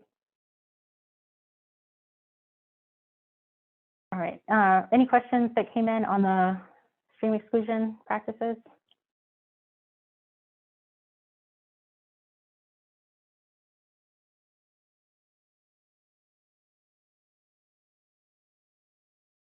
Sounds like a no, so I'm going to keep going. Yeah, there's and move actually a couple questions, but we can okay. look at them a little later, not specific to the stream protection BMPs. Okay. Sounds good. All right, I'll move into forestry practices then. So just some kind of general information policies for the FR1 and the FR3, which are tree planting or afforestation practices. FR3 is for riparian areas, FR1 is for upland areas. The land that's being planted must have been in crop, hay, or pasture land production for 2 out of the past 5 years to be eligible. And VACS does not cover replanting of areas that have been cut. The district should work with the local Department of Forestry, forester. They'll develop a planting plan with tree species and density to be planted. There needs to be some protection of the new trees that are planted from grazing. These practices are not authorized for Christmas tree production. You know, it's more akin to growing a crop rather than a wooded area. And in the case of a failure where you have a significant portion of the trees that died, the district must be notified within 6 months of the failure. And in that case, cost share may be available as a one-time thing to address the failure if it occurred due to circumstances outside of the participant's control.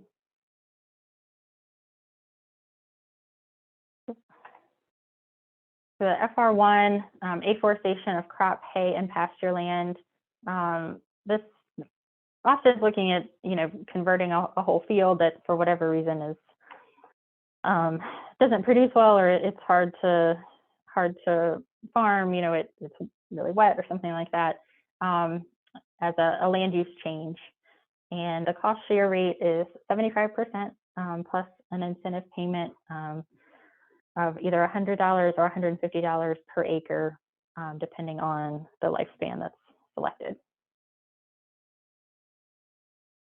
The FR3 is, the name of the practice is Woodland Buffer Filter Area. It's really riparian buffer establishment. So for planting hardwoods and or conifers in a minimum 35-foot buffer, they can be planted, or the FR3 can be installed up to the width of the entire floodplain, up to a maximum of 100 feet. And the cost share rate on the FR3 is 95%, with, again, incentive payments depending on the type of trees and the lifespan that's selected. There is now also a buffer payment as well for the FR3. These forested riparian buffers are very important for achieving the pollutant reductions that we need to achieve. So they are being pretty heavily incentivized with these additional buffer payments as well.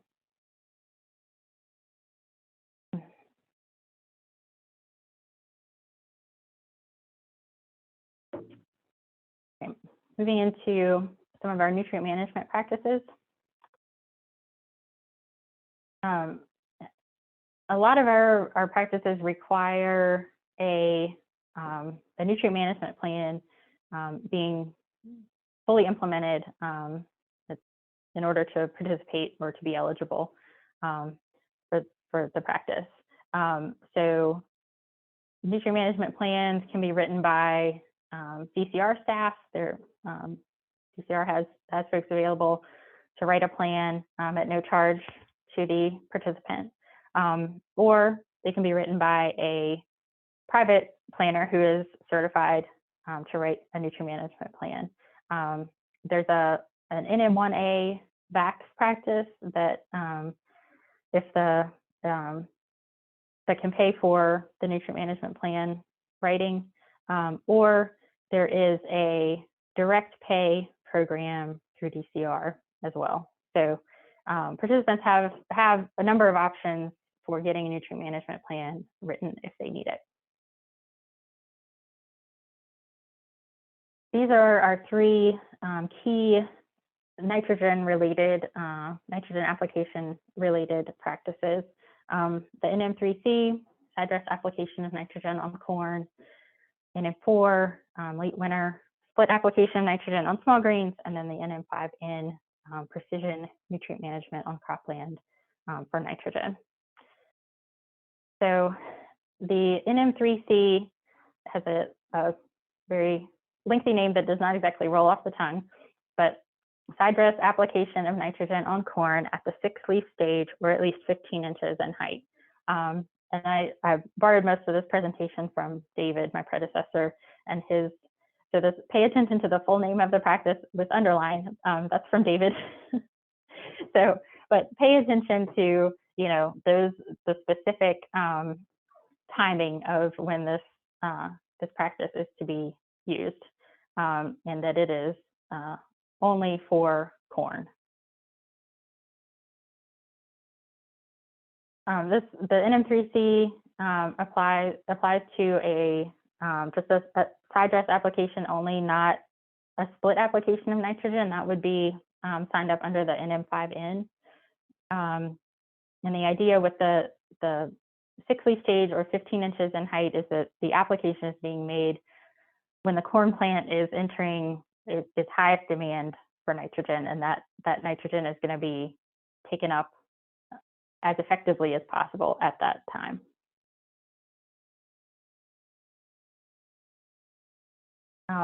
So The NM3C may include either organic or inorganic applications of nitrogen, only on corn acres that are receiving the sidedress application with rates as specified in the nutrient management plan, or as determined by using the PSNT.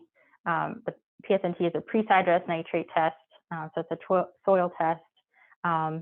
If the PSNT is being done, that should be conducted when the corn is approximately 12 inches, so you have time to take the soil test, get the results back, and apply the nitrogen when the corn is at around the 15-inch height stage. And for PSNT samples, each sample should represent a minimum of 7 acres and a maximum of 20 acres on average, depending on the characteristics of the field and the area where the sample is being taken. Sign up for the NM3C.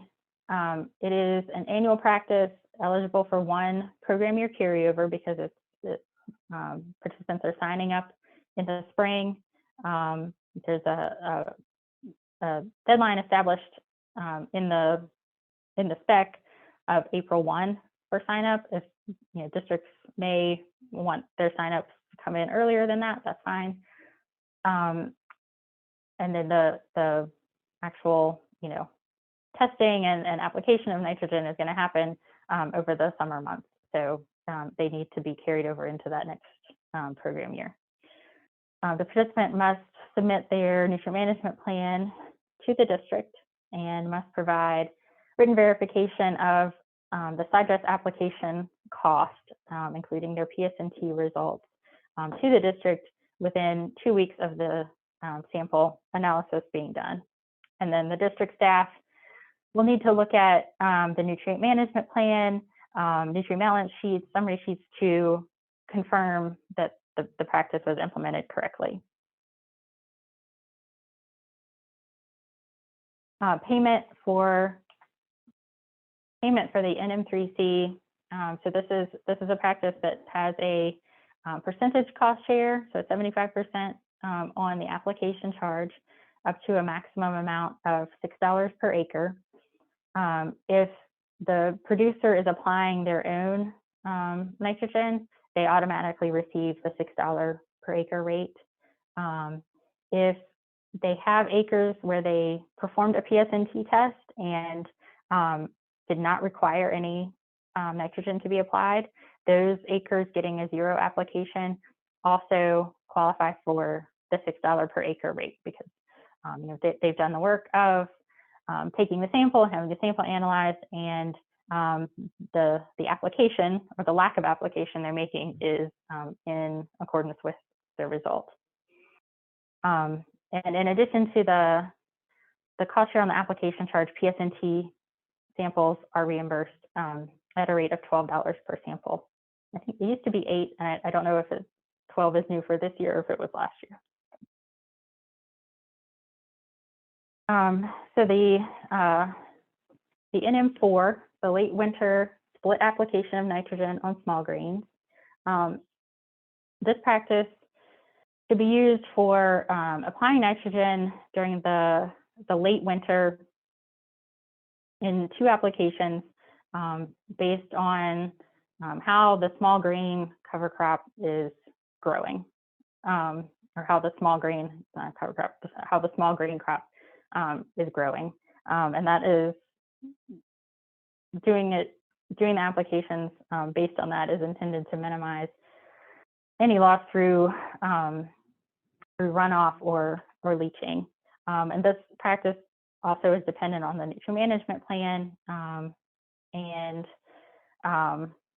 the acres that are called for in the plan to receive the split application.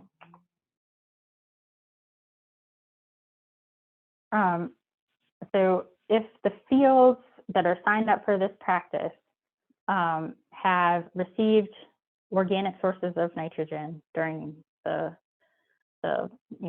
preceding crop year or previous years, there should be a nitrate test conducted in the fall to see what the need is. And in the manual, there are rates listed for the first and second splits to be applied. The sign up for the NM4, this is an annual practice that's not eligible for carryover. It's happening in the winter, so that's the entire practice is happening during a single program year. The sign up deadline established in the manual is February 1st. Again, districts can require an earlier sign up if they wish. Requires the nutrient management plan to be submitted, and the same as the NM3C written verification to the district within 2 weeks of the final application. Payment is only made on acres that actually receive the split applications, and they have to make the 2 applications in order to be paid. If they only do 1 application, they won't get any cost share. So 75% cost share on the application charge, up to a maximum of $450 per acre, and that's based on the cost of the second application. And then soil nitrate tests, I think this is correct, for this practice are still reimbursed at a flat rate of $8 per sample. The NM5N, precision nutrient management on cropland for nitrogen application. So this practice is intended for producers who are using multiple enhanced nutrient management techniques or technologies and it applies to row crops, specialty crops, small grains, and highly managed hayland. So more availability than just the 3C. All applications made under this practice must be based on test results, regardless of whether they have received organic nutrients in the past. And fields that have received biosolids within the past 24 months are not eligible for the NM5N. The test results will be used to develop a prescription for nitrogen application. So the PSNT is required where organic nutrients have been used and must be followed. And the participant must be fully implementing their nutrient management plan. So there's different precision technologies that are covered under the NM5N, variable rate nitrogen application, zone applications, 2 or more nitrogen applications on highly managed hayland, as well as injection at side dress. And here are just some alternatives for maybe folks who aren't quite meeting the NM5N requirements and what might work for their operation. So there is a lot of detail here. Just read the spec and make sure you're following all the guidance that's provided. All right. So some more information on the 5N. All split applications, including the first, are to be applied at the highest demand growth stage, and then any subsequent applications applied at least 14 days following the previous application. And total nitrogen rates on corn cannot exceed 1 pound per bushel of expected yield.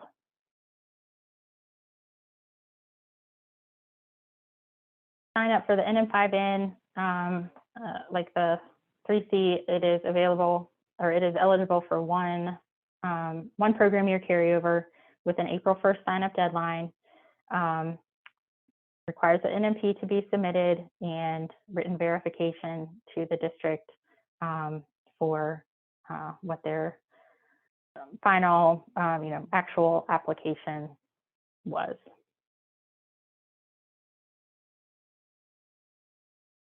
Payment is based on the total acres that were sampled and receive the application according to the results. So 75% cost share on the application charge, up to a maximum of $8 an acre, 0 application acres that were PS&T tested, also get the $8 per acre rate. Costs for the PS&T or the fall soil nitrate test are reimbursed at $12 per sample. This practice includes zone application, but there is no cost share available for zone soil fertility tests. So moving to kind of the sister practice for phosphorus.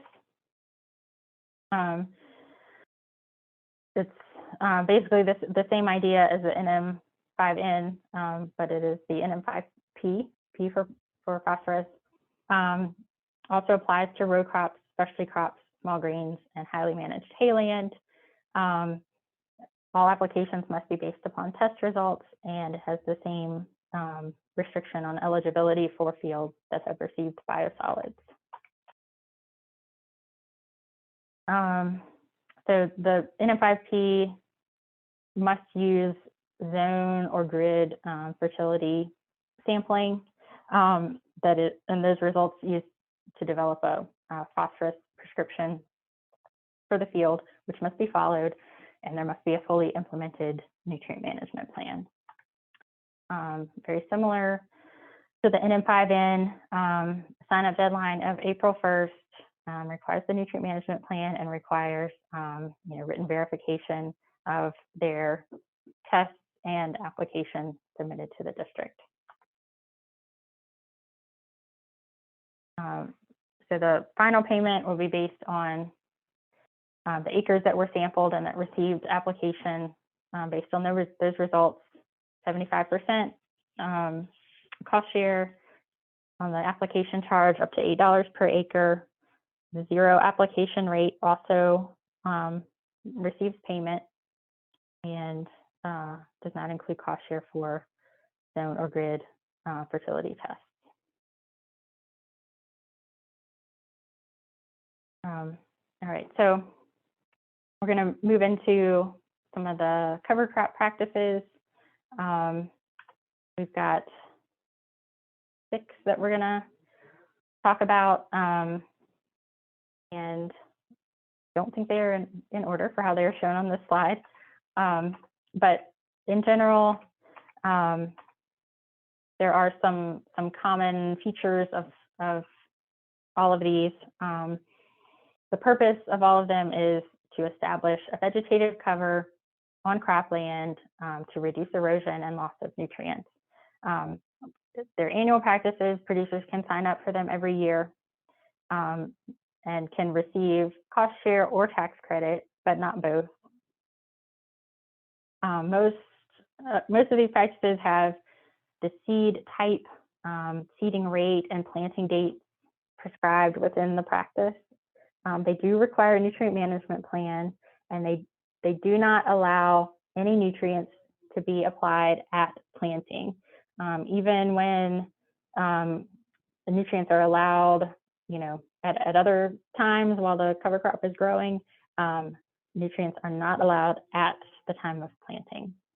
And these cover crop practices will require multiple field checks by the district staff to confirm that they have established sufficient cover, and at the end of the season that they've met whatever tilling, harvesting, grazing, whatever the producer has said they're going to do with the field.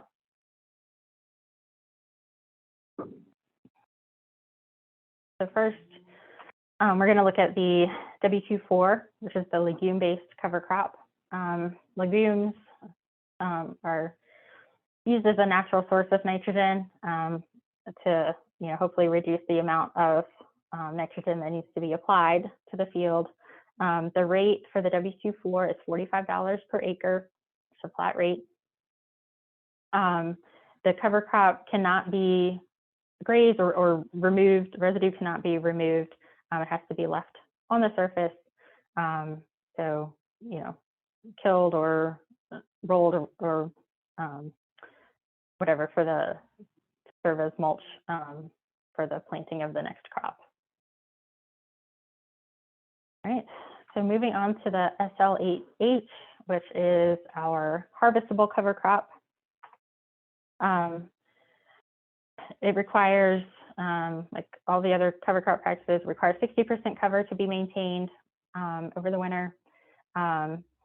For the SL8H, harvesting is permitted after March 14th. If the farmer doesn't want to harvest, they don't have to. They can leave the cover crop on the field. The SL8H allows manure to be applied on up to 300 acres, but there are conditions in the manual, in the spec, that have to be met in order for that to be permitted. And the payment rate for the SL8H is $20 per acre, just as a flat rate payment. All right, so the SL8 is protective cover for specialty crops. So this would be for vegetables, tobacco, small greens. Seeding must be planted and certified by November 30th and must remain in the ground for 90 days after certification, and then cannot be harvested, but can be either incorporated or just left unincorporated on the surface of the ground. And the SL8 is a flat rate per acre payment of $40. All right, the SL8A is it's kind of intended to be kind of a catch-all for reducing erosion. It's intended to incentivize producers to keep cover on their cropland when not in use, but it is not necessarily a winter cover crop like most of our other cover crop practices are. So a producer could sign up for the SL8A in a situation where they've had a crop failure or some kind of crop damage from weather or some other unforeseen circumstances where the crop they had planned is not going to be serving as ground cover. It can also be used for summer cover crops for things like buckwheat, sun hemp, or sunflowers, if that works for the timing of what the producer needs.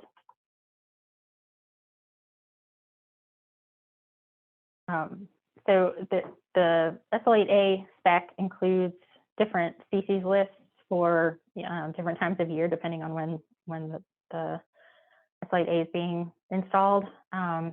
Seed must be planted and certified within 45 days after the harvest or the destruction of the previous crop.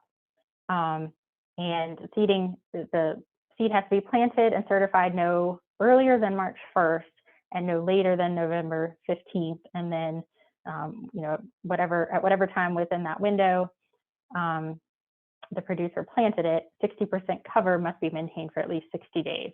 So it's not just 60 days from planting, but it's 60 days with 60% cover, or until the conservation purpose is served, whichever is greater. And again, no harvest is allowed. The cover will be left on the surface of the ground. And payment rate depends on how long the cover is maintained. And this is the table from the spec.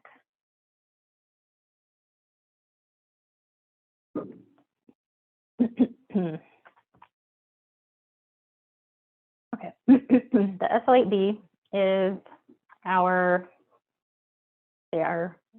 go-to,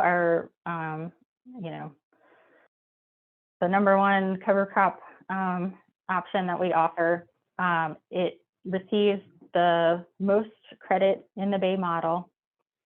It is intended primarily as a fall and winter cover crop, and it follows the NRCS, the standard 340 The purpose is to establish a vegetative cover on cropland, reduce erosion, reduce nutrient loss, and take up as much of whatever residual nitrogen from previous applications that is still present in the upper part of the soil profile.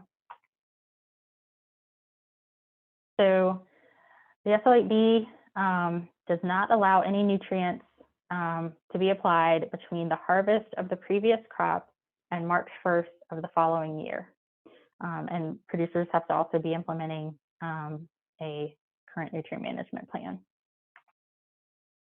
So the species and seeding rates that are available are listed in the spec, with a note that higher seeding rates are recommended for aerial seeding and non-incorporation seeding methods.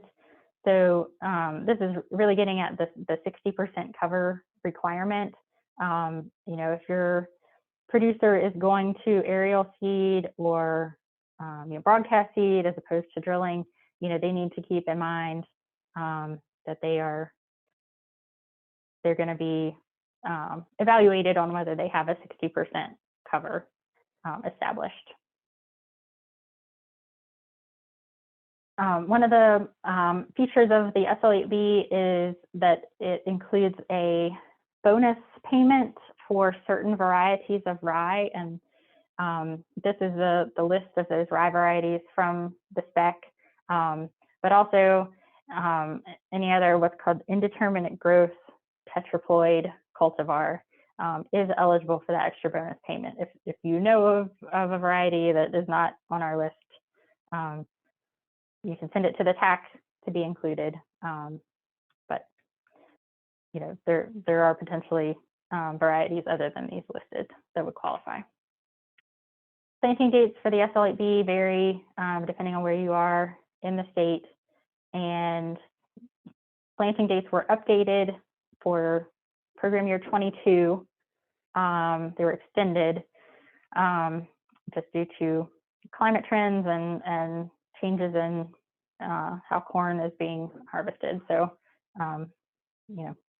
if you've been working with these specs for a while, just keep that in mind, that there have been changes. The SL8B requires 60% cover to be established by December 15th, and that the district does need to go out and check and confirm that that has been achieved. That 60% cover has to be maintained through March 14th, and the participant is allowed to graze their livestock on the cover crop during that time, as long as they maintain the 60% cover. So I don't know how common that is, but it is allowed. So under the SL8B, harvest is not allowed for any reason. If your producer thinks that they might need to harvest, if they're going to need for feed or whatever, if they think they might need to harvest, they should sign up, and in the fall, they should sign up for SL8H instead of SL8B. The SL8B cover crop must be terminated by grazing, mechanical, or chemical means no earlier than March 15th and no later than June 1. And it can be incorporated or not as the farmer chooses. So the SL8B has several different components to the payment. It is flat rate per acre. As a base rate, it's $40 an acre. There's a $30 per acre bonus for early planting, but from the planting dates that I showed in the previous slide, and then a $20 per acre rye variety bonus is also available. So a producer could be receiving up to $90 an acre for their SL8B if they're getting both of those bonus payments. And finally, we have a practice that is new for program year 23. You may notice the name of the practice is very similar to the SL8B. small grain and mixed cover crop for nutrient management and residue management. That is exactly what the SLAB is. The SLAM has with fall manure application added. This basically is the same as the SLAB practice, with the one difference being that it allows application of manure between the harvest of the previous crop and March 1 if certain conditions are met, and those are listed in the spec. Like the SLAB, harvest of the cover crop is not allowed, and it has a similar tiered payment schedule with early planting bonus and rye variety bonus, but overall is lower because the manure application means that it receives less credit than the SLAB with no nutrients. All right, a few other key practices. The SL1 is a long-term vegetative cover on cropland, or people just refer to it as a hay planting practice. The idea is you're converting your cropland to establish grass or legume vegetation. It requires a 3-year minimum cropping history on the field where it's being installed, and the producer can choose from a 5, 10, or 15-year lifespan. The cost share rate is 75% on the eligible components, plus an incentive payment per acre, depending on which lifespan option they choose.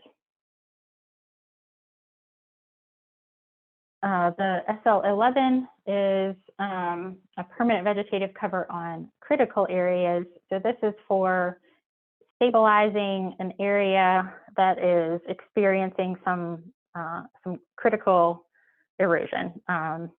So under the SL11 can pay cost share on grading, filling, establishing grass or trees. It's not intended to be used in areas where there's a concentrated flow of water, that there's a waterway practice that you would probably want to use in that case. And it's just a 75% cost share rate with a 5-year lifespan. And here we have the sod waterway practice. So this is intended to reduce erosion and nutrient transport from coming off of crop fields into, some sort of water body. It includes site prep, grading, vegetation establishment, and 75% cost share rate with a 10-year lifespan. So this is just to illustrate the difference between the WP3 and the SL11. The WP3 is applied where there is concentrated flow. The SL11, this looks like maybe a place where somebody was feeding or something, where there's some erosion and needs to be maybe graded and just get vegetation established. All right, so the WP4 suite of practices are all for animal waste control facilities. So these are a planned system for managing livestock or poultry waste. The least cost technically feasible really comes into play here particularly because sometimes just relocating the feeding area is the least cost technically feasible way to solve the problem. If you are planning an animal waste facility, the plan and the sizing for the facility is based on the number of livestock that are present, at the time that you visit the operation, or the time that you start planning. We don't design or plan for expansion of an operation. And these practices have a 15-year lifespan and receive 75% cost share. So a couple of years ago, we expanded some different types of practices that used to kind of be covered all under the WP4 practice spec umbrella. And we now have the WP4 LC, LL, FP, and SF for different scenarios where you have livestock being confined, 100% confinement for a loafing lot system that is not for some type of livestock other than cattle, the 4FP for feeding pads, and then seasonal feeding facilities. New in the current program year are 2 CCI practices. We talked about CCI practices in the context of stream exclusion a little while ago. We do now have the CCI WP4 and CCI WP4C for maintenance of composter facilities also available. And the TAC is still working through creating additional CCI WP4 practices, but those 2 are in the manual now and available to use. So some examples of what might be in practices that might be installed under a WP4 would be a bedded pack facility, a litter shed, and a composter. The composter up in the top right looks like a drum composter. That's a WP4C practice. A manure pit or manure lagoon. So the WP4B is the dairy loafing lot management system. Similar in a lot of ways to the WP4, only for dairy. It provides a loose housing facility plus a minimum of 3 grassed loafing lots. Free stalls are not eligible. They're not the least cost technically feasible option. And like the other WP4 practices, 15-year lifespan and 75% cost share. And here's a couple of examples of practices that have being installed on a dairy.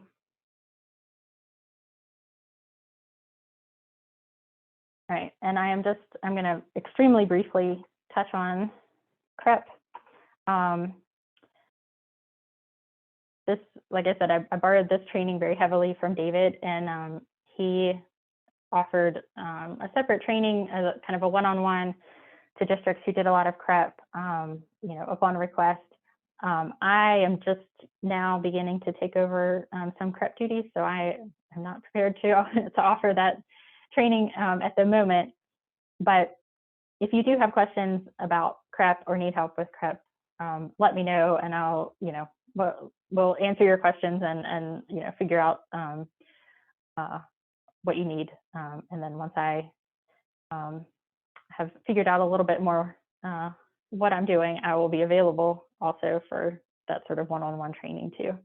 But essentially, CREP is a riparian buffer program that brings together several different agencies. So FSA determines eligibility. They work up the federal contract and they pay the federal funds to the participant. NRCS does a lot of the field work and the planning for the practice.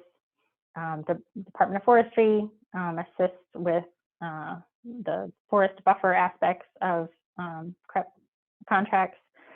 And then the district, they take a Part 1 application. They enter the information from FSA into the tracking program to confirm that the state funds are available.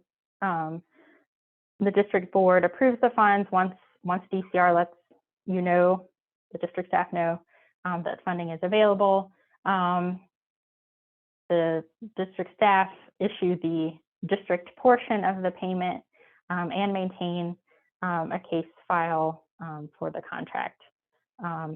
So we usually go over CREP in the June VACS update as well. So like I said, this is a very brief touching upon CREP. if you have other CREP needs or questions, let me know. And that is all I have. I know we've got at least a couple of questions to address, but please enter more if you have them.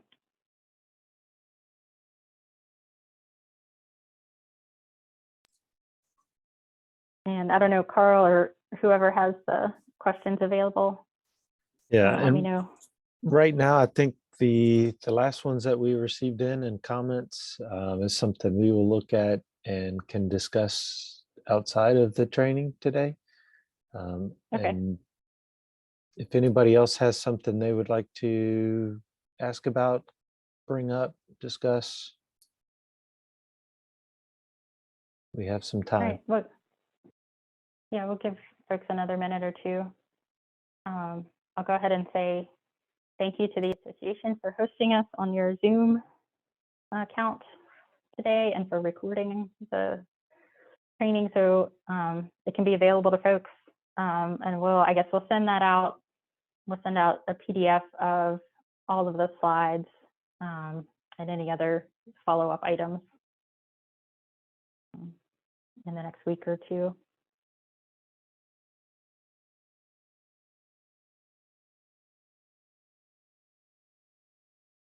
Any questions?